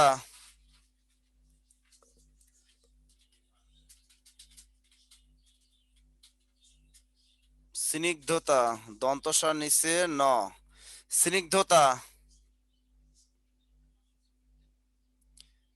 গাম্ভীর্য, স্নিগ্ধতা, স্নিগ্ধতা, নৈপুণ্য, ভদ্রতা, দ্রুত লেখেন। নৈপুণ্য, ভদ্রতা, নৈপুণ্য, ভদ্রতা, গভীরতা, গভীরতা, গভীরতা, বার্ধক্য, উদারতা, উদারতা, বার্ধক্য, বার্ধক্য, লাজ, লয়াকারে লা, বর্গীয় জ, লাজ। এই যে কয়টা বলে দিলাম এগুলো হলো গুণবাচক বিশেষ্য। বীরত্ব, বৈদিকের বীর, র তয়বা ফলা, বীরত্ব, বীরত্ব, বৈদিকের বীর, র তয়বা ফলা, বৈদিকের বীর, র তয়বা ফলা, বীরত্ব। যে কয়টা উদাহরণ লিখে দিছি এর বাইরে থেকে আসবে না, বিসিএস বলেন আর যাই বলেন। আপনারা নবম দশম শ্রেণীর বই আপনাদের সাথে আছে কিন্তু, মিলাই দেখছেন, তার বাইরে থেকেও আমি কিছু লিখে দিছি কিন্তু। নবম দশম শ্রেণীর বইয়ের বাইরে থেকেও কিন্তু আমি অনেকগুলো লিখে দিয়েছি। লেখা শেষ? এরপর লেখেন কোন পদ লিখবেন। 2 নম্বর লেখেন সর্বনাম পদ। দ্রুত লেখেন সর্বনাম, এটা সহজ, 2 মিনিটে শেষ করে ফেলবো। সর্বনাম, সর্বনাম, এটা সহজ। লেখেন নামের পরিবর্তে বসে যে নাম তাকে বলে সর্বনাম।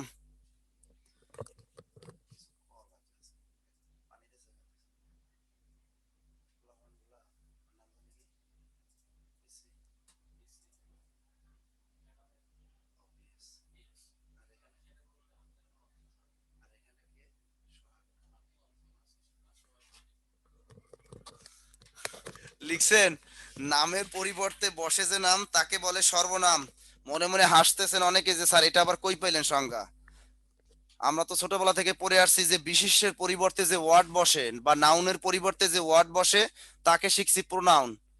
হ্যাঁ, ওই একই কথা, যে নাউনের পরিবর্তে যে ওয়ার্ড বসে তাকে প্রোনাউন বলে। লিখছেন নাউনের পরিবর্তে যে ওয়ার্ড বসে সেটি কি? প্রোনাউন। যেটি বাংলায় বলা হয় সর্বনাম। আমি একটু বলেছি নামের পরিবর্তে বসে যে নাম তাকে বলে কি? সর্বনাম, মনে থাকবে। যদি আমি বলি আমি আমি কলা খাই, আমি কলা খাই, এই বাক্যে কলা কি? নাউন। কলাটা কি? নাউন। এখন যদি আমি বলি আমি কি খাই, কি বললাম? আমি কি খাই, আমি কি খাই, যদি বলি আমি কি, কয় দীর্ঘিকারে কি, আমি কি খাই, এই বাক্যে কি হলো সর্বনাম, কি কি হলো কি সর্বনাম। এজন্য আমি বলেছি কিন্তু নামের পরিবর্তে বসে যে নাম তাকেই বলে সর্বনাম। এই যে দেখেন কলা, এটা একটা নাম, এই নামের পরিবর্তে কি বসছে এখানে, কয় দীর্ঘের কি, এই কি হলো কি সর্বনাম। আবার যদি বলি, আমি বললাম আমি বরিশাল থাকি, কি বলছি, আমি বরিশাল থাকি, আমি বরিশাল থাকি, এখানে সর্বনাম যদি বলি তাহলে কি হবে, আমি কোথায় থাকি, তাহলে হবে আমি কোথায় থাকি, আমি কোথায় থাকি, এই কোথায় হলো এই বাক্যে সর্বনাম। এই বরিশাল হলো একটা নাউন, এই বরিশালের পরিবর্তে কি বসছে, কোথায়, মনে থাকবে। এজন্য বললাম নামের পরিবর্তে বসে যে নাম তাকেই বলে সর্বনাম, নামের পরিবর্তে বসে যে নাম তাকেই বলে সর্বনাম। চিন্তা করো জ্যোতিপাল এই ক্লাস শুরু হওয়ার পর থেকে যে পরিমাণে খাইছে, এ মনে হয় এখানে 78 77 জনও খায় নাই। জ্যোতিপাল যে পরিমাণে খাইলো চিন্তা করো, মুড়ি খাইছে, পরাটা খাইলো, চা খাইলো, নুডলস খাইলো, পানি খাইলো, ওর একটার পর একটা চলতেই আছে, বুঝছেন। খাও, আল্লাহ দিয়েছে তোমারে, খাইতে থাকো। আর দেখো অনেক, দেখো এই ছেলেদের চেহারা দেখলে মনে হয় এতিমের মতো বসে আছে, এরা কিচ্ছু খায় নাই, ঘুম থেকে উঠে পড়তে বসছে, বুঝছেন। এরকম দেখাই দেখাই খাওয়া ঠিক না, ঠিক না, ঠিক না।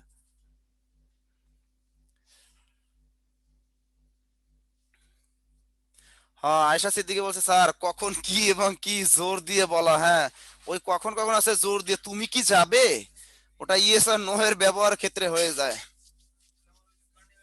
আচ্ছা, সর্বনামের যে প্রকারভেদ একটু খেয়াল রাখেন, সর্বনামের প্রকারভেদ নবম দশম শ্রেণীর বই থেকে পড়তে হবে, লিখে রাখেন খাতায়।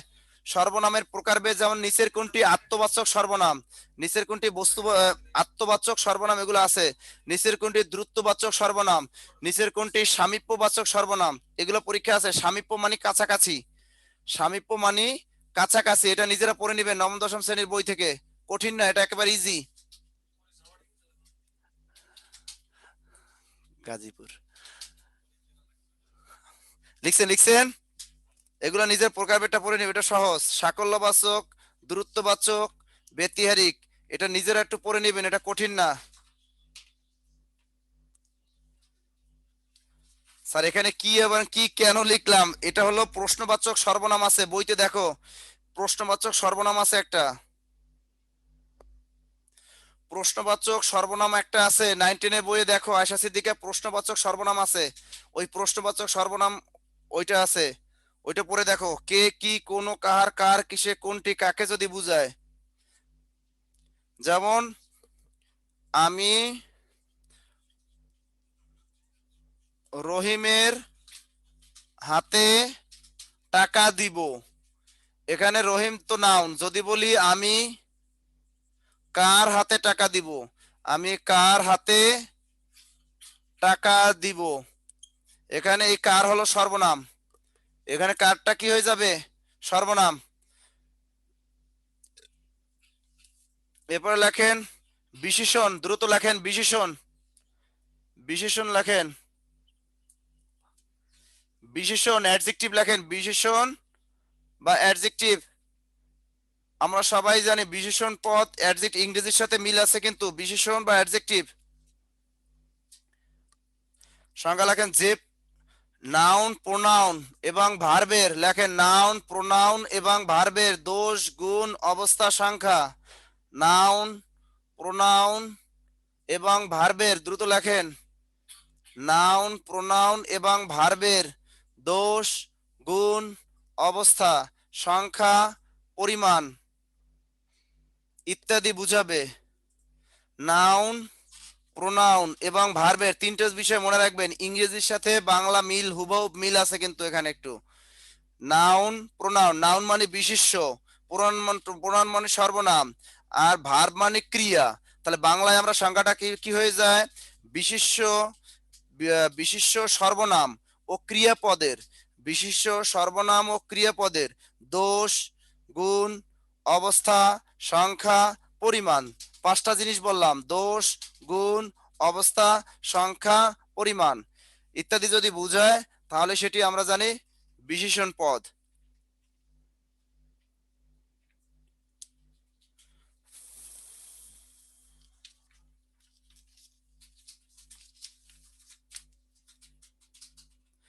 পরীক্ষা যদি আসে বিশেষণ পদ কয় প্রকার? বিশেষণ পদ হলো দুই প্রকার, নাম বিশেষণ আর একটি হলো ভাব বিশেষণ। পরীক্ষায় যদি আসে বিশেষণ পদ কয় প্রকার?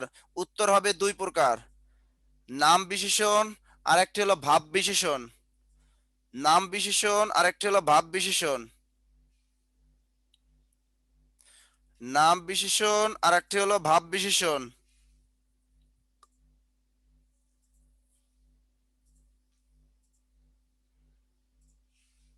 লিখছেন নাম বিশেষণ আর একটা কি? ভাব বিশেষণ। ভাব বিশেষণকে ইংরেজিতে বলে অ্যাডভার্ব। ভাব বিশেষণকে ইংরেজিতে বলে অ্যাডভার্ব, বাংলায় কোনো অ্যাডভার্ব নাই, বাংলাকে সেটাকে বলা হয় ভাব বিশেষণ। নাম বিশেষণ আর একটা হলো ভাব বিশেষণ। এর নাম 19 বইটা মিলে দেখেন, নাম বিশেষণ আছে আর একটা হলো ভাব বিশেষণ। ভাব বিশেষণ হলো অ্যাডভার্ব, ইংরেজিতে বলা হয় অ্যাডভার্ব। এখান থেকে কি পড়তে হবে একটু খেয়াল রাখেন। আমি যদি বলে বিশেষ্যের বিশেষণ আর একটা আছে সর্বনাম বিশেষণ, নাম বিশেষণ আছে, বিশেষ্যের বিশেষণ, সর্বনামের বিশেষণ।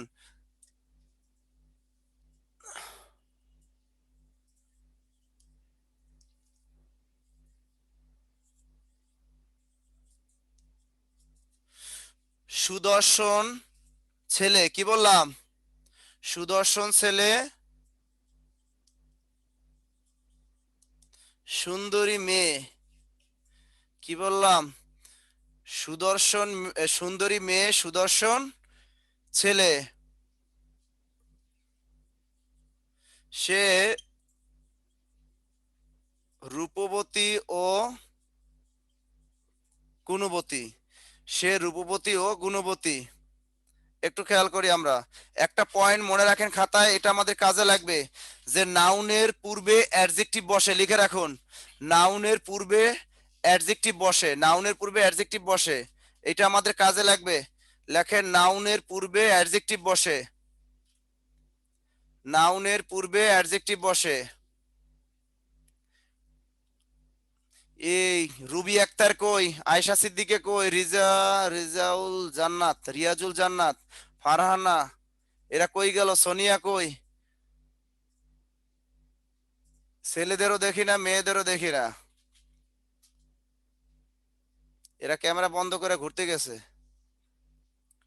এরা কি করে আমি জানি, ক্যামেরা অফ করে কি যে করে আমি জানি। এখানে কি বলছি?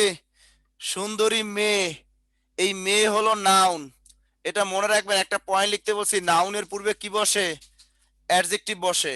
তাহলে এখানে মেয়ে হলো বিশেষ্য আর সুন্দরী হলো বিশেষণ, এগুলো কাজে লাগবে আমাদের।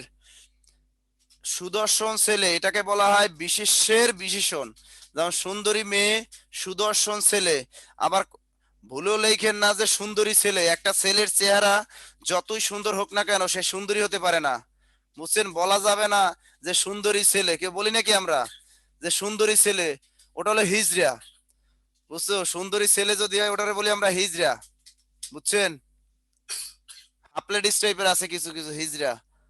তাহলে সুন্দরী ছেলে বলা যাবে না, যদি কোনো ছেলেদের চেহারা সুন্দর হয় তাহলে আমাদের বলতে হবে সুদর্শন ছেলে। সুদর্শন ছেলে, এটা প্রয়োগ অপপ্রয়োগের ক্ষেত্রে কিন্তু আসে। ছেলে হলো নাউন, এই নাউনের পূর্বে বসেছে সুদর্শন, সুদর্শন হলো অ্যাডজেক্টিভ মানে বিশেষণ। সে রূপবতী ও গুণবতী, এখানে রূপবতী আর গুণবতী হলো অ্যাডজেক্টিভ বা বিশেষণ, আর সে হলো সর্বনাম, এটাকে বলা হয় সর্বনামের বিশেষণ। নবম দশম শ্রেণীর বই থেকে একটা বিষয় আপনারা পড়ে নিবেন, নবম দশম শ্রেণীর বই থেকে একটা বিষয় দাগিয়ে নিবেন। যেমন নাম বিশেষণের যে প্রকারভেদ আছে, আরো কয়েক প্রকার হতে পারে, যা রূপবাচক বা গুণবাচক, অবস্থাবাচক, সংখ্যাবাচক, ক্রমবাচক, পরিমাণবাচক, উপাদানবাচক, প্রশ্নবাচক। দেখছেন নবম দশম শ্রেণীর ব্যাকরণ বইটা কিন্তু এই প্রকারভেদ আছে, কিন্তু এই প্রকারভেদটা আপনার নবম দশম শ্রেণীর বই থেকে একটু পড়ে নিবেন। যেমন নিচের যেমন সবুজ ঘাস পরীক্ষায় কিন্তু আসে, নীল আকাশ, সবুজ ঘাস, এটি হলো রূপবাচক বা অবস্থাবাচক, পরীক্ষায় কিন্তু এগুলো আসে। সবুজ মাঠ বা সবুজ ঘাস, এই যে দেখেন, এই যে সবুজ মাঠ সবুজ ঘাস, এই মাঠ হলো নাউন, নাউনের পূর্বে সবুজ বর্ষ এটা হলো অ্যাডজেক্টিভ, ঘাস হলো নাউন, নাউনের পূর্বে সবুজ বর্ষ এটা অ্যাডজেক্টিভ। এটা কোন বাচক বিশেষণ পরীক্ষা কিন্তু আসবে? এটা হলো গুণবাচক, রূপবাচক বা বর্ণবাচক। এটাকে বলা হয় রূপবাচক, অর্থাৎ মাঠটার রূপ কেমন, চেহারাটা কেমন, এটাকে বলা হয় রূপবাচক বা বর্ণবাচক। এরপর গুণবাচক যেগুলো আছে যেমন ঠান্ডা হাওয়া, চালাক মেয়ে, এগুলো হলো গুণবাচক। অনেক সময় এগুলো বুঝতে কঠিন লাগে, স্যার এই যে ঠান্ডা হাওয়া এর ভিতরে আবার গুণটা কি, ভেজাল লাগে কিন্তু। কি বলছে? ঠান্ডা হাওয়া, এগুলো একটু বেশি বেশি পরিমাণ ব্যতিক্রম। স্যার ঠান্ডা হাওয়া এর ভিতরে আবার গুণটা কি, হাওয়াটার ভিতরে গুণ আছে কি আবার, স্যার এইটাই তো ধরতে পারি না। বুঝছেন? হাওয়াটা যে গরম না, তাহলে ঠান্ডা হাওয়া এটা গুণবাচক, অনেক সময় বোঝা যায় না। আবার অবস্থাবাচক আসে, যে তাজা মাছ, এটা পরীক্ষায় বারবার আসে, তাজা মাছ, তাজা মাছ, এই মাছটার অবস্থাটা কি, এটা কি পচা না তাজা? অনেক সময় মনে হয় তাজা মাছ, এটা মনে হয় গুণবাচক, মনে হয় দেখতে গুণবাচকের মশা, আসলে এটা না, এটা অবস্থাবাচক। মাছটা কি, মাছটার অবস্থা কি, এ কি বর্তমানে তাজা আছে মাছটা নাকি পচা আছে? এগুলো নবম দশম বই থেকে আপনারা পড়ে নেবেন এই অংশটা। এরকম উপাদান বাচক আছে, যেমন বেলে মাটি, মেটে কলসি, এগুলো দেয়া আছে, এগুলো একটু পড়ে নিবেন।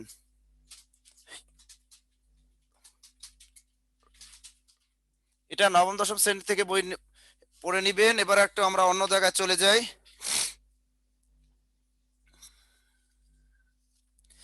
যেমন ভাব বিশেষণ আসে, ভাব বিশেষণ থেকে যে পরীক্ষায় প্রশ্ন আসে, একটু ভাব বিশেষণটা লেখেন। ভাব বিশেষণ, এখান থেকে মাঝে মাঝে দুই একটা প্রশ্ন ধরতে দেখা যায়।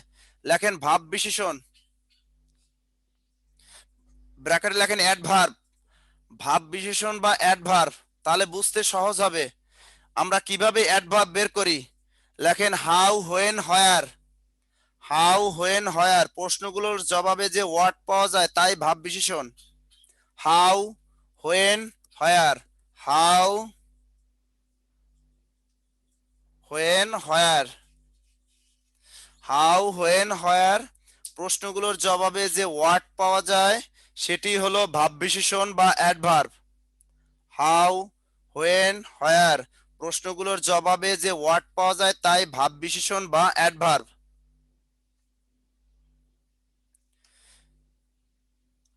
ভাব বিশেষণ চার প্রকার, এই প্রকার বেটটা আসতে পারে প্রাইমারি পরীক্ষায়, যে ভাব বিশেষণ কয় প্রকার, চার প্রকার, প্রকার বেটটা লিখে রাখুন। ভাব বিশেষণ হলো চার প্রকার, ভাব বিশেষণ চার প্রকার, ভাব বিশেষণ চার প্রকার। এক নম্বরে লেখেন ক্রিয়া বিশেষণ, এক নম্বরে লেখেন ক্রিয়া বিশেষণ, ক্রিয়া বিশেষণ।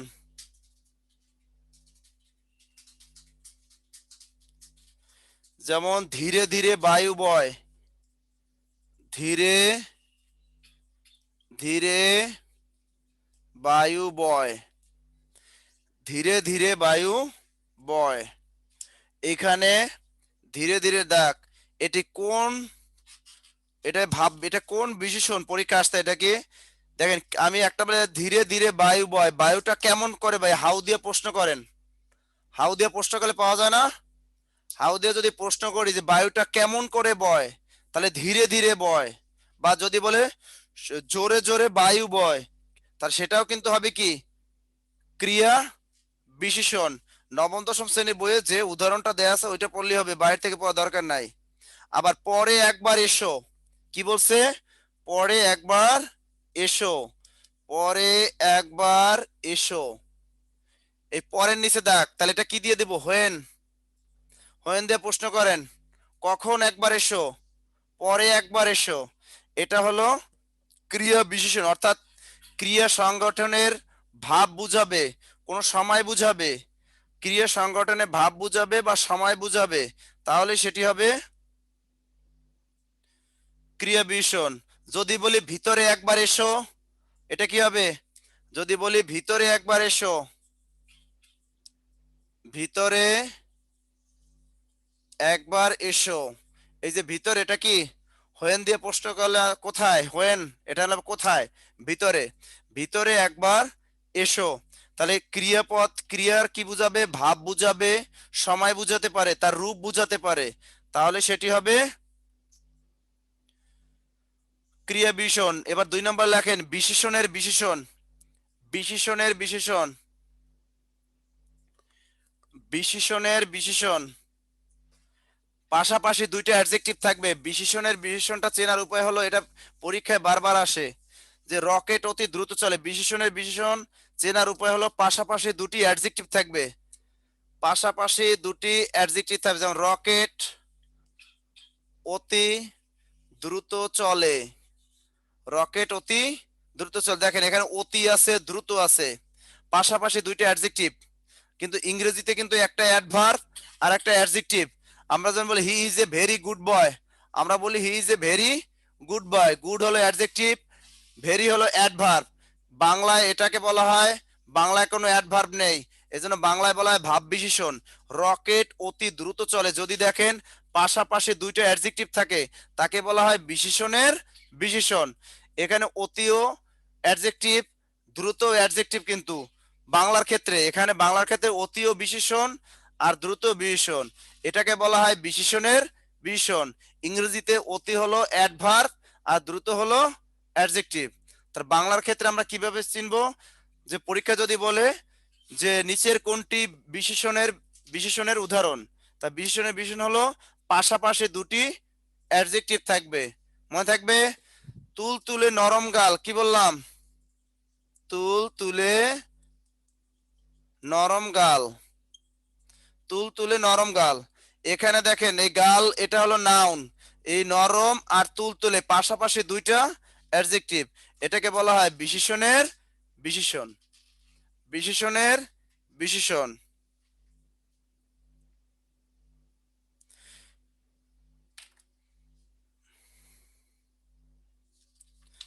এরপর হলো অব্যয়ের বিশেষণ। অব্যয়ের বিশেষণ, অব্যয় 3 নম্বরে অব্যয়ের বিশেষণ।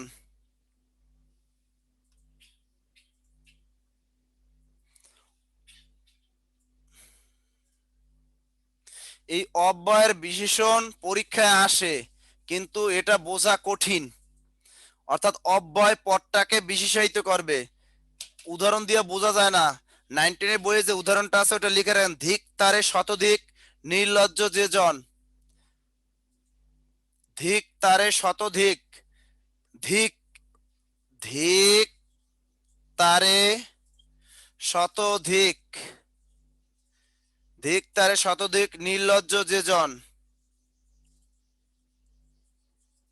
নির্লজ্জ যে জন, ধিক তারে শতধিক নির্লজ্জ যে জন। ধিক তারে শতধিক নির্লজ্জ যে জন। আর একটা লেখেন কত ছিছি করব, আর একটা লিখবেন কত ছিছি করব, কত ছি করব। অব্যয় পদ কোনটা, যে পদটার কোনো ব্যয় নাই বা পরিবর্তন হয় না। আমরা অব্যয় পদটা শিখবো, যে অব্যয় অর্থাৎ যে শব্দটার কোনো পুরুষ ও স্ত্রীবাচক নির্ণয় করা যায় না, যে শব্দটার কোনো পুরুষ ও স্ত্রীবাচক নির্ণয় করা যায় না, এক বচন ও বহু বচন করা যায় না, এক কথায় প্রকাশ করা যায় না, সেটাকে বলা হয় অব্যয় পদ। এখানে ধিক আর ধিক অব্যয় পদ হিসেবে ব্যবহৃত হয়েছে। এই শব্দটা পুরুষ না স্ত্রী এটা নির্ণয় করা যায় না। এখানে ধিক কি, এটা হলো হিজড়া, এটা পুরুষও না স্ত্রীও না।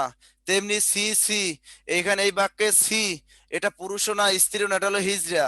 এই জন্য এগুলো মনে রাখবেন, এই দুইটা বাক্যে এগুলোকে বলা হয় অব্যয়ের বিশেষণ। এবারে লেখেন বাক্যের বিশেষণ। বাক্যের বিশেষণ, টোটাল বা পুরো বাক্য, এমন একটা শব্দ থাকবে বাক্যের ভিতরে যে শব্দটা পুরো বাক্যটাকে মডিফাই করবে, তাকে বলা হয় বাক্যের বিশেষণ। বাক্যের বিশেষণ।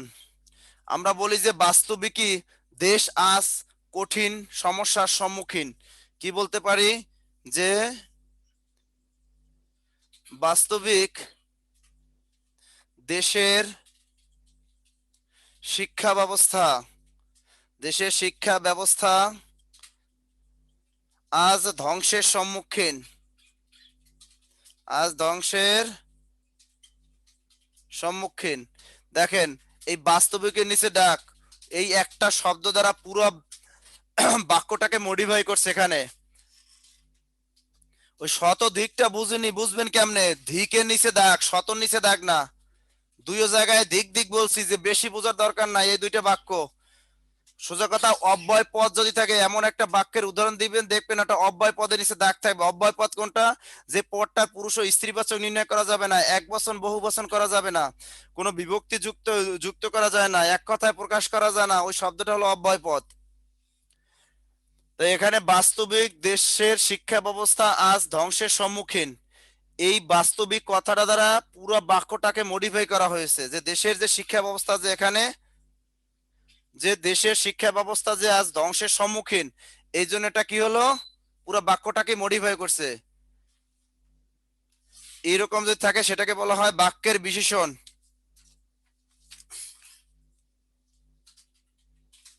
আবার বলা থাকে যে সৌভাগ্যক্রমে আজ আমরা বেঁচে গেছি, বা দুর্ভাগ্যক্রমে আমরা আজ বিপদের সম্মুখীন হয়েছি।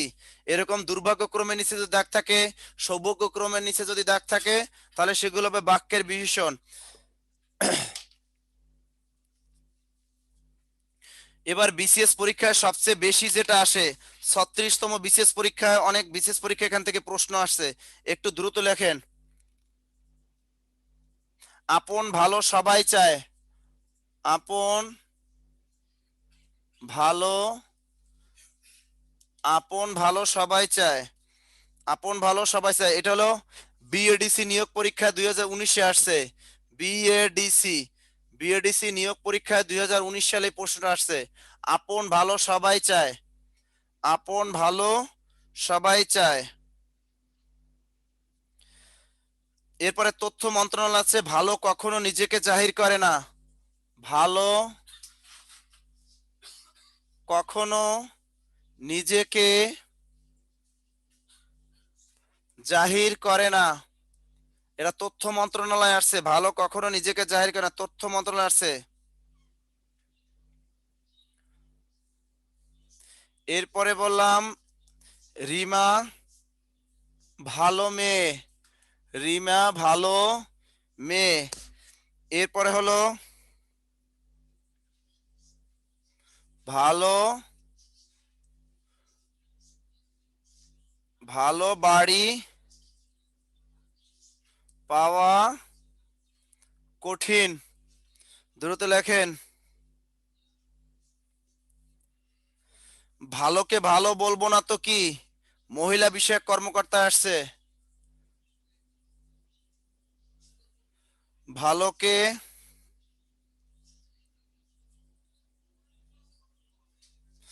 ভালোকে ভালো বলবো না তো কি, বলবো না তো কি, এটা মহিলা বিষয়ক অধিদপ্তরে আসছে। ভালোকে ভালো বলবো না তো কি।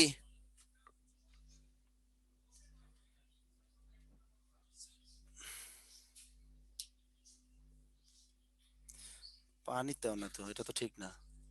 হ্যাঁ লিখেছেন। আচ্ছা এই কটা একটু একটু নিজেরা বানান দ্রুত। প্রথম বাক্যটা কি, আপন ভালো সবাই চায়। প্রথম আমি 1 2 3 দিয়ে দিচ্ছি। 1 2 3 4 5, পাঁচটা করেন দ্রুত, দ্রুত করে ফেলেন। একটা স্টার দিয়ে একটা জিনিস লেখেন, তার আগে নিচে একটা স্টার দিয়ে লেখেন যে বিভক্তি যুক্ত হয় নাউনের সাথে, কখনো অ্যাডজেক্টিভের সাথে না। একটা পয়েন্ট দিয়ে লিখে রাখুন, বিভক্তি যুক্ত হয় নাউনের সাথে, কখনো অ্যাডজেক্টিভের সাথে বিভক্তি যুক্ত হয় না। বিভক্তি যুক্ত হয় নাউনের সাথে, কখনো অ্যাডজেক্টিভের সাথে নয়।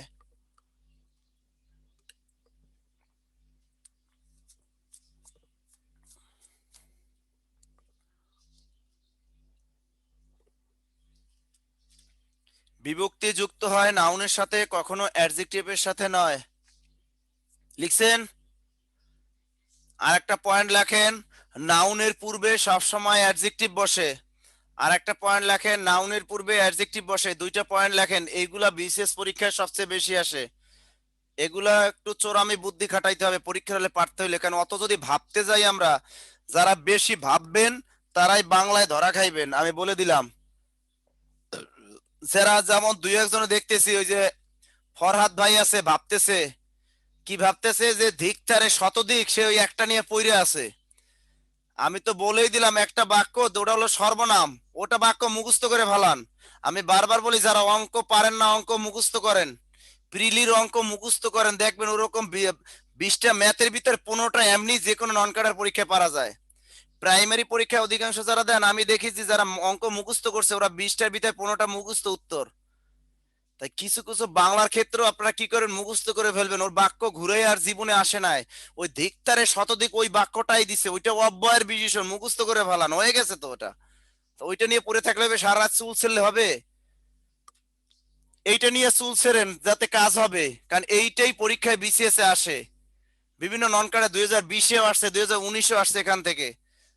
আচ্ছা দেখি সোহানি কি লিখছে, প্রথমটা নাউন, পরেরটা নাউন, পরেরটা অ্যাডজেক্টিভ, পরেরটা অ্যাডজেক্টিভ। আর কে কে পারেন দেখি তো। নূরজাহান বলছে 1 2 বিশিষ্য, তারপর 3 4 5 অ্যাডজেক্টিভ। আরো দুই একজন লেখেন, দ্রুত দ্রুত দ্রুত দ্রুত। এই পদ প্রকরণ থেকে বিশেষ পরীক্ষা এখান থেকেই খেলা হবে, এগুলো থেকেই পরীক্ষা আসে বিসিএস এ।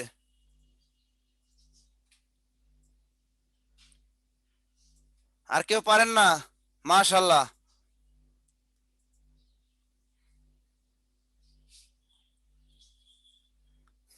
প্রিয়াঙ্কা বলছে 1 2 নাউন, বাকিটা কি? হ্যাঁ বাকিটা কি কদু না লাউ? বাকিগুলো পারে না, লিখছে 1 2 নাউন, বাকি 3টা পারে না। লিখে তো দিবা যে বাকি 3টা কদু বা লাউ, এগুলো তো লিখে দিবা। ফারহান আলী কি লিখছে, নাউন নাউন। 3 4 5 অ্যাডজেক্টিভ। আচ্ছা, অনেকেই পারছেন, আপনাদের অসংখ্য ধন্যবাদ, আপনারা অনেকেই পারছেন। আমি একটু বুঝে দিচ্ছি, এখানে অনেকে বুঝতে পারেন নাই, যারা বুঝতে পারেন একটু ভালো করে খেয়াল রাখেন। বুদ্ধি হলো উভয় পাশে যদি, এখানে আছে কি ভালো, আপন ভালো সবাই চায়, এখানে অনেকে আমরা মনে করতে পারি ভালোটা অ্যাডজেক্টিভ। যারা ক্লাসটা নতুন করতেছেন তাদের কাছে মনে হতে পারে স্যার এখানে তো ভালো অ্যাডজেক্টিভ, তাই না?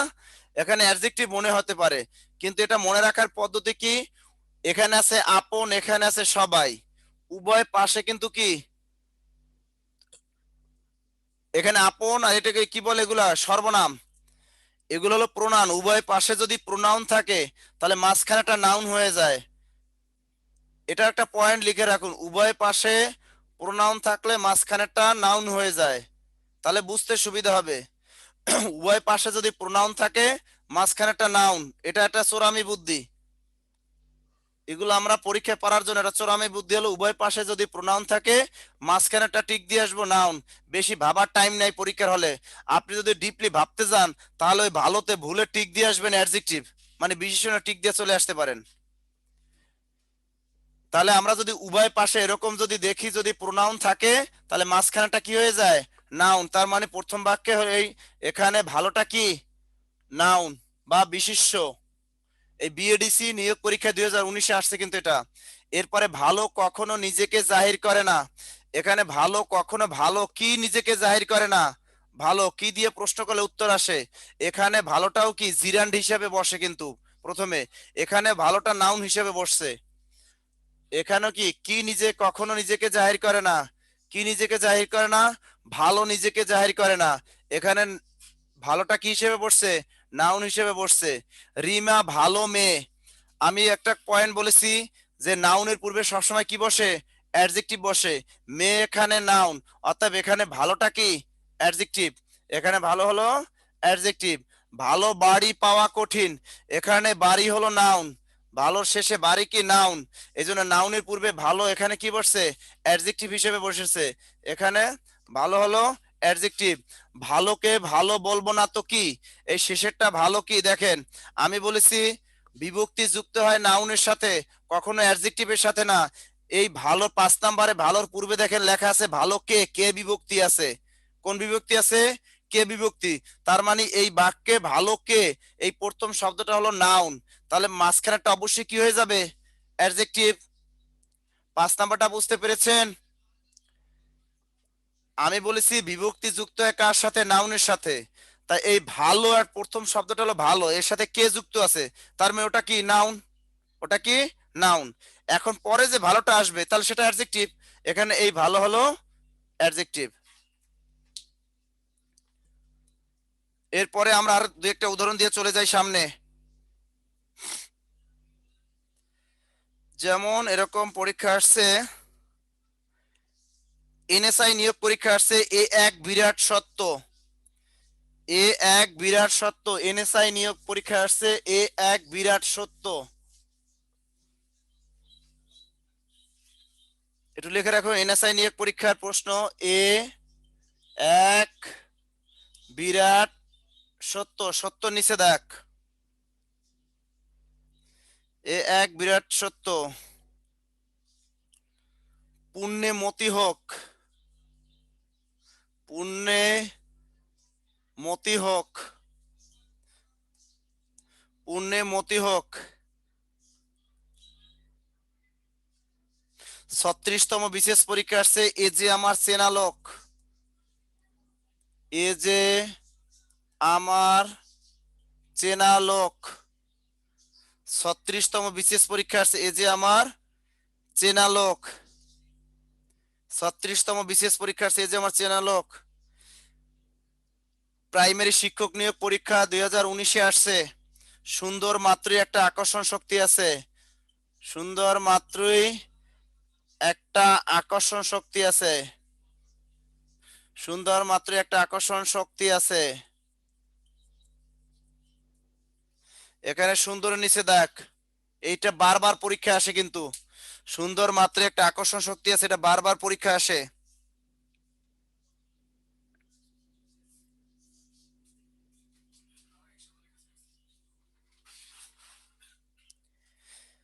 দ্রুত লেখেন।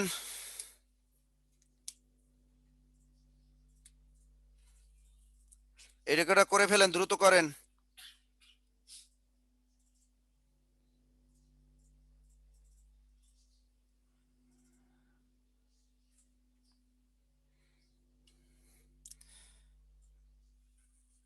এখানে কি মন্দটা তুমি দেখলে? 5 নাম্বার। এখানে কি মন্দটা দেখলে? এখানে কি মন্দটা তুমি দেখলে? তুমি দেখলে। এই 5টা দ্রুত করে ফেলেন, দ্রুত। বাবা নার্গিস পারভিন্তি পুরো ফার্স্ট মাইরা দিছে রে। 1 নম্বরে বিশিষ্ট, 2 নম্বরে বিশেষ, 3 নম্বরে 3 নম্বর। না না না না, 3 আর পায় না রে। Noun non adjective, noun adjective adjective. এই অংশটা যারা পারবেন তারা বিসিএস পরীক্ষায় পদ প্রকরণ থেকে 1টা নম্বর পাবেন। এখান থেকে যারা এই অংশটুকু ভালো বুঝতে পারবেন, এই পদ প্রকরণ থেকে বিসিএস পরীক্ষা এখানেই খেলা। যারা মেডিকেল পরীক্ষা দিবেন, মেডিকেলে 41, 42, 43 যাই দেন না কেন, এইখান থেকে একটা বিসিএস এ কমন পড়বে। প্রাইমারি পরীক্ষায় 2019 সালে এখান থেকে প্রশ্ন ধরছে, এবং এই 2019 সালে অনেক নন কাডার পরীক্ষায় প্রশ্ন ধরছে। বারবার বলি এই অংশটার উপর জোর দিবেন বেশি। আচ্ছা এবার একটু মিলাই নি দেখি, অনেকে উত্তর করতে পারছেন, অসংখ্য ধন্যবাদ বুঝতে পারার জন্য।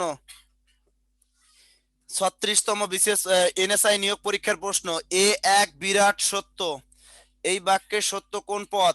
আমরা দেখেছি বিরাট হলো কি? বিরাট কি এখানে অ্যাডজেক্টিভ, তাহলে সত্যটা কি? নাউন হয়ে যাবে। তাহলে 1 নম্বরে লেখেন নাউন। 1 নম্বরটা হবে নাউন। যারা পারেন না তারা লেখেন 1 নম্বরটা নাউন। 1 নম্বরটা হবে নাউন। অনেকেই পেরেছেন এটা, আমি দেখেছি। তাহলে এখানে এই বিরাট হলো অ্যাডজেক্টিভ, এই জন্য সত্যটা কি? নাউন। একটু আশেপাশে তাকাইবেন, বুঝছেন? আপনারা কি করেন, অনেকে দেখি একটু পার্কে গেলে এদিক ওদিক তাকায়, বাপ মায় দেখতে পায় কিনা, ফ্রেন্ড সার্কেল দেখতে পায় কিনা, বুঝেন না? দুইজনে গেছেন একটু ঘুরতে, এদিক ওদিক তাকায়। এই জন্য বলছি পরীক্ষার হলে এই নাও, এই এইগুলো একটু দাগাইতে হইলে একটু আশেপাশে তাকাইবেন, যে এদিকে ফ্রেন্ড সার্কেল দেখতে পাইতেছে কিনা, এদিকে মা বাবা দেখতে পারতেছে কিনা, ঠিক আছে না? এইগুলো একটু তাকাইবেন যে আশেপাশে কেউ আছে কিনা। এই সত্য দেখবেন এর পাশে কে আছে। অর্থাৎ এগুলো নির্ণয়ের ক্ষেত্রে আপনি বাম পাশেও তাকাবেন, ডান পাশেও তাকাবেন। তারপরে এগুলা হুটহাট করে টিক মারবেন না। অনেকে এটা হুটহাট করে টিক মেরে দিতে পারে, সত্য মনে করছে এটার অ্যাডজেক্টিভ টিক দিয়ে চলে আসি। এই কাজ করা যাবে না। তার সত্যর আগে আছে বিরাট, এই বিরাট হলো অ্যাডজেক্টিভ, অতএব সত্য বাক্যে নাউন। তো এটা ঠিক দিবেন কিসে? এটা হবে নাউন। পুণ্যে মতি হোক, এটা কি দিছেন? 2 নাম্বার কি হবে? পুণ্যে মতি হোক। সোহানি বলছে নাউন, প্রিয়াঙ্কা বলছে নাউন। হ্যাঁ, 2 নম্বরে কিন্তু নাউন। কেমনে কেমনে এটা নাউন হলো? আমি বলছি বিভক্তি যুক্ত হয় নাউনের সাথে, অ্যাডজেক্টিভের সাথে না। এখানে পুণ্যে এ বিভক্তি যুক্ত আছে। পুণ্যে এখানে কোন বিভক্তি যুক্ত আছে? এ বিভক্তি যুক্ত আছে। এই জন্য পুণ্যে হলো এটা কি? নাউন। এ বাক্যে পুণ্যে নাউন হলো কিভাবে? পুণ্যের সাথে আমরা বেশি কিছু ভাববো না, টেকনিক দিয়ে শিখবো। পুণ্যে মতীয়, পুণ্যের সাথে এখানে এ বিভক্তি আছে, সাথে পুণ্যে কি? নাউন। 3 নাম্বার, এ যে আমার সেনা লোক 36তম বিশেষ পরীক্ষায়। আমি বলছি একটু আশেপাশে একটু তাকাইবেন কে কে আছে, দেখবেন একটু। তাহলে এখানে লোক হলো নাউন। এই লোকটা কি? নাউন। আমরা জানি নাউনের পূর্বে কি বসে? অ্যাডজেক্টিভ বসে। অতএব সেনা এখানে কি? সেনা হলো অ্যাডজেক্টিভ। চেনা হলো এ বাক্যে কি? অ্যাডজেক্টিভ, কারণ এর শেষে আছে লোক, লোক হলো নাউন। আমি বলছি নাউনের পূর্বে কি বসে? অ্যাডজেক্টিভ। সুন্দর মাত্র একটা আকর্ষণ শক্তি আছে, এটা যারা মনে রাখতে পারেন না ডাইরেক্ট মুখস্থ করে ফেলেন। এটা হলো বিশেষ্য। এটা কি? বিশেষ্য। যারা এটা মনে রাখতে পারেন, এটা বারবার পরীক্ষা আসে বিভিন্ন জায়গায়। সুন্দর মাত্রই একটা আকর্ষণ শক্তি আছে। কি মাত্রই একটা আকর্ষণ শক্তি আছে? সুন্দর মাত্রই একটা আকর্ষণ শক্তি আছে। অনেক সময় কি দিয়ে প্রশ্ন করতে হয়। তো এখানে কি মাত্র একটা আকর্ষণ শক্তি আছে, সুন্দর মাত্র একটা আকর্ষণ শক্তি আছে, এটা মুখস্থ করে ফেলেন একেবারে। এটা মুখস্থ করে ফেলেন, এটা হলো বিশেষ্য। এটা কি? বিশেষ্য। এখানে কি মন্দটা তুমি দেখলে? 5 নাম্বারে কি দিচ্ছেন সবাই? 5 নাম্বারটা কি একটু দেখি তো, কমেন্ট করে একটু জানান তো, ভুলে গেছি আমি আপনাদের। 5 নাম্বারটা কি দিচ্ছেন? 5 মোহাম্মদ মিজানুর রহমান অ্যাডজেক্টিভ দিলা কেন? এটা তো নাউন হবে। কারণ আমি বলেছি কি, যে উভয় পাশে যদি প্রোনাউন থাকে মাঝখানেটা কি হয়ে যায়? নাউন হয়ে যায়। আশেপাশে একটু তাকাইবেন, এই আশেপাশে তাকাইবেন, দেখছেন এই পাশে একজন শালি আছে, এই পাশে একজন শালি আছে, মাঝখানে আপনার বউ। এই শালির দিকে একটু তাকাইতে হবে, দুই পাশে দুইটা শালি যে বসে আছে ওদিকে একটু তাকাইতে হবে। এই এখানে কি আছে? এখানে তুমি আছে। তাহলে এই দুইটা হলো প্রোনাউন। আমি বলছি যে কোন শব্দের আহ, মানে লেফট সাইড রাইট সাইড দুই পাশে যদি প্রোনাউন থাকে তাহলে মাঝখানেটা কি হয়ে যায়? নাউন হয়ে যায়। মনে আছে? বুঝতে পারছেন? এই অংশটা এখান থেকে মূলত পদ প্রকরণ, এটা থেকে কিন্তু পরীক্ষায় প্রশ্ন আসে।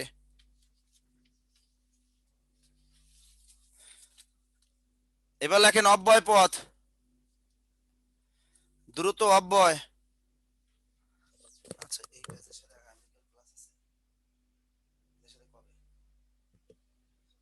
আচ্ছা, এনে লিখে রাখেন, এদের একটা টপিক না পদ প্রকরণ একদিন শেষ করা যায় না। তাহলে যে যে টপিকটা থাকবে আজকে এখানে লিখে রাখেন, পরে এই টপিকগুলো শেষ করতে হবে, ঠিক আছে? আজকে তো শেষ করতে পারবো না আমরা। পদ প্রমাণ পড়ো, লিখে রাখবেন ক্রিয়াপদ। হ্যাঁ, আর 5 মিনিট ক্লাস দেবো, 42 বেজে গেছে, 5 মিনিট তো লম্বাটা শেষ করি, ঠিক আছে না? আচ্ছা, একটু খেয়াল রাখেন। আমি আপনাদের এখন থেকে ধারাবাহিকতা ক্লাস নিব, তো সমস্যা হবে না।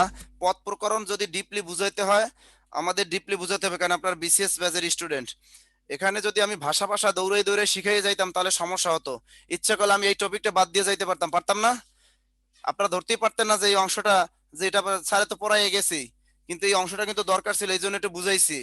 ঠিক আছে, আমরা পদ প্রকরণটা এক ক্লাসে কখন শেষ করা যায় আমি লিখে রেখেছি আপনাদের টপিকে। আমি এখন জুবাইর ভাইয়ের কাছে লিখে দিয়েছি যে ক্রিয়াপদটা আমরা পরে শিখবো। ক্রিয়াপদটা আমরা, ক্রিয়াপদটা আসলে সহজ, ক্রিয়াপদটা শিখবো নাকি অব্যয়?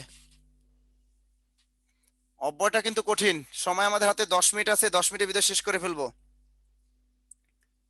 আমরা অব্যয় পদটা রেখে দিই, কারণ অব্যয় পদটা বড়, বুঝছেন?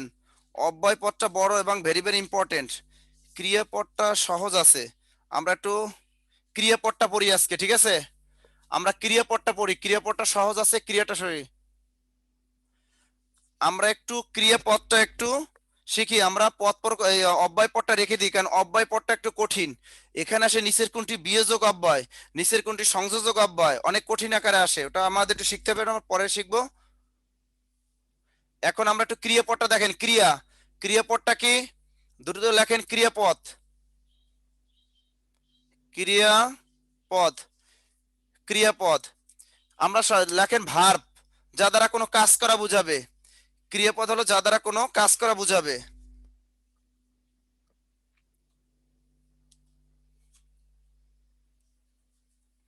একটু লেখেন উৎপত্তির দিক থেকে,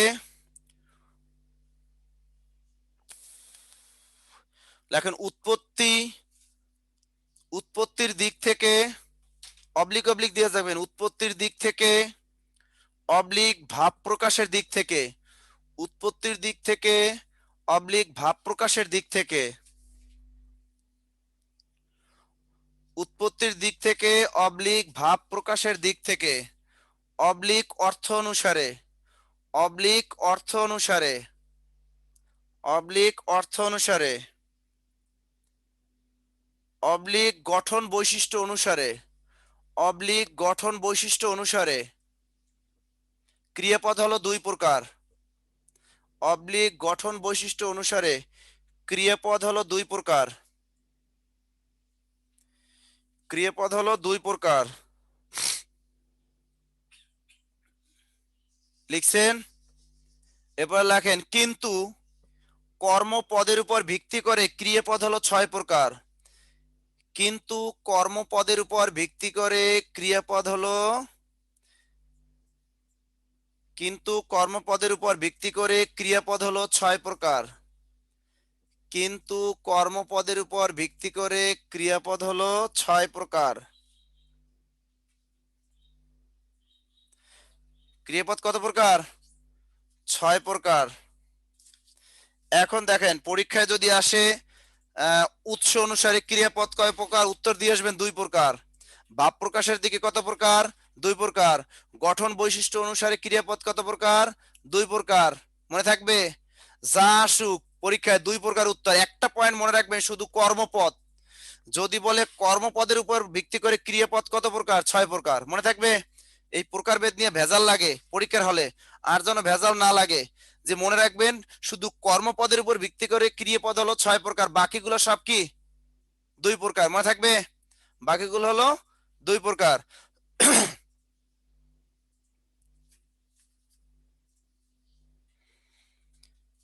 এর ভিতরে যে গুরুত্বপূর্ণ যেগুলো আছে সমাপিক অসমাপিক এগুলো আমি শিখাইছি, এগুলো দরকার না। এর ভিতরে কঠিন যেগুলো আছে সেগুলো একটু আমরা দেখি, যেখান থেকে পরীক্ষায় প্রশ্ন আসে। সেটা হলো যৌগিক ক্রিয়া আর মিশ্র ক্রিয়া। আমরা যৌগিক ক্রিয়া আর মিশ্র ক্রিয়া শিখবো একটু। লেখেন যৌগিক ক্রিয়া। সমাপিকা অসমাপিকা সকর্মক অকর্মক এগুলো আমরা অনেক শিখাইছি, আমরা কারকের ক্লাসেও শিখছি, বাক্যের ক্লাসেও আমরা শিখছি এগুলো।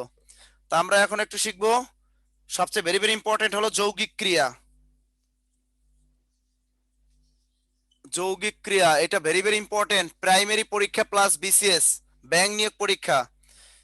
এই যৌগিক ক্রিয়া ভেরি ভেরি ইম্পর্টেন্ট, এখান থেকে প্রশ্ন আসে কিন্তু। যৌগিক ক্রিয়া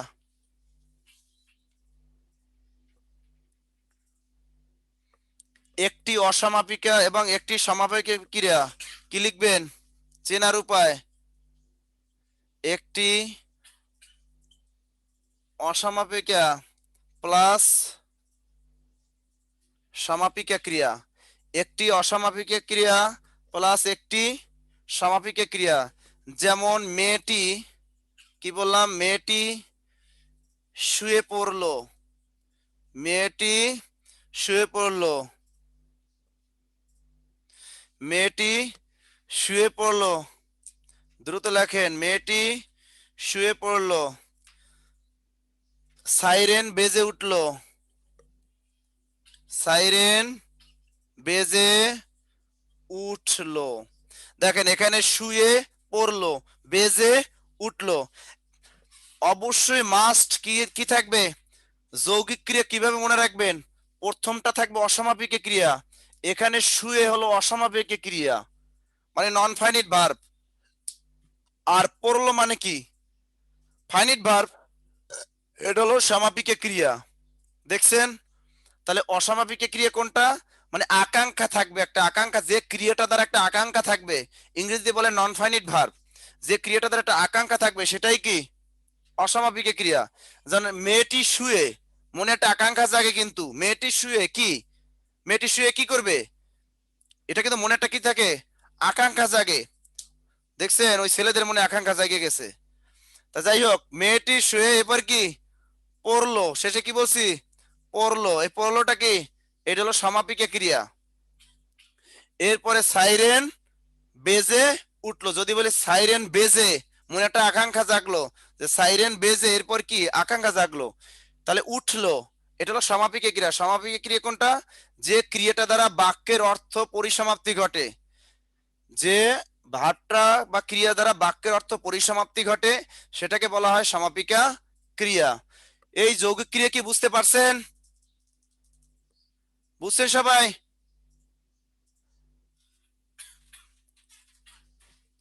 এবারে মিশ্র ক্রিয়াটা একটু লেখো, দ্রুত দ্রুত, মিশ্র ক্রিয়া।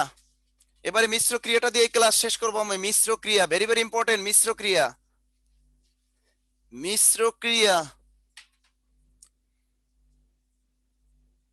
মিশ্র ক্রিয়া ভেরি ভেরি ইম্পর্টেন্ট। মিশ্র ক্রিয়া 9-10 বইয়ে কিন্তু আছে সুন্দর মতো। মিশ্র ক্রিয়া লেখেন, চেনার উপায়, চেনার উপায় লেখেন, চেনার উপায়। নাউন অথবা অ্যাডজেক্টিভ প্লাস ধনাত্মক অব্যয়, চেনার উপায় নাউন অথবা অ্যাডজেক্টিভ অথবা ধনাত্মক, নাউন অথবা অ্যাডজেক্টিভ অথবা ধনাত্মক প্লাস ভার্ব, প্লাস ভার্ব থাকবে, নাউন অথবা অ্যাডজেক্টিভ অথবা ধনাত্মক শব্দ প্লাস ভার্ব থাকবে, অর্থাৎ দুটি শব্দ মিলে একটা শব্দ তৈরি হবে, দুটি মিলে একটি, অর্থাৎ দুটি শব্দ মিলে একটি ক্রিয়া গঠিত হবে। লেখেন, অর্থাৎ দুটি শব্দ মিলে, দুটি শব্দ মিলে, দুটি শব্দ মিলে একটি ক্রিয়া হবে। এটা হলো চেনার উপায়।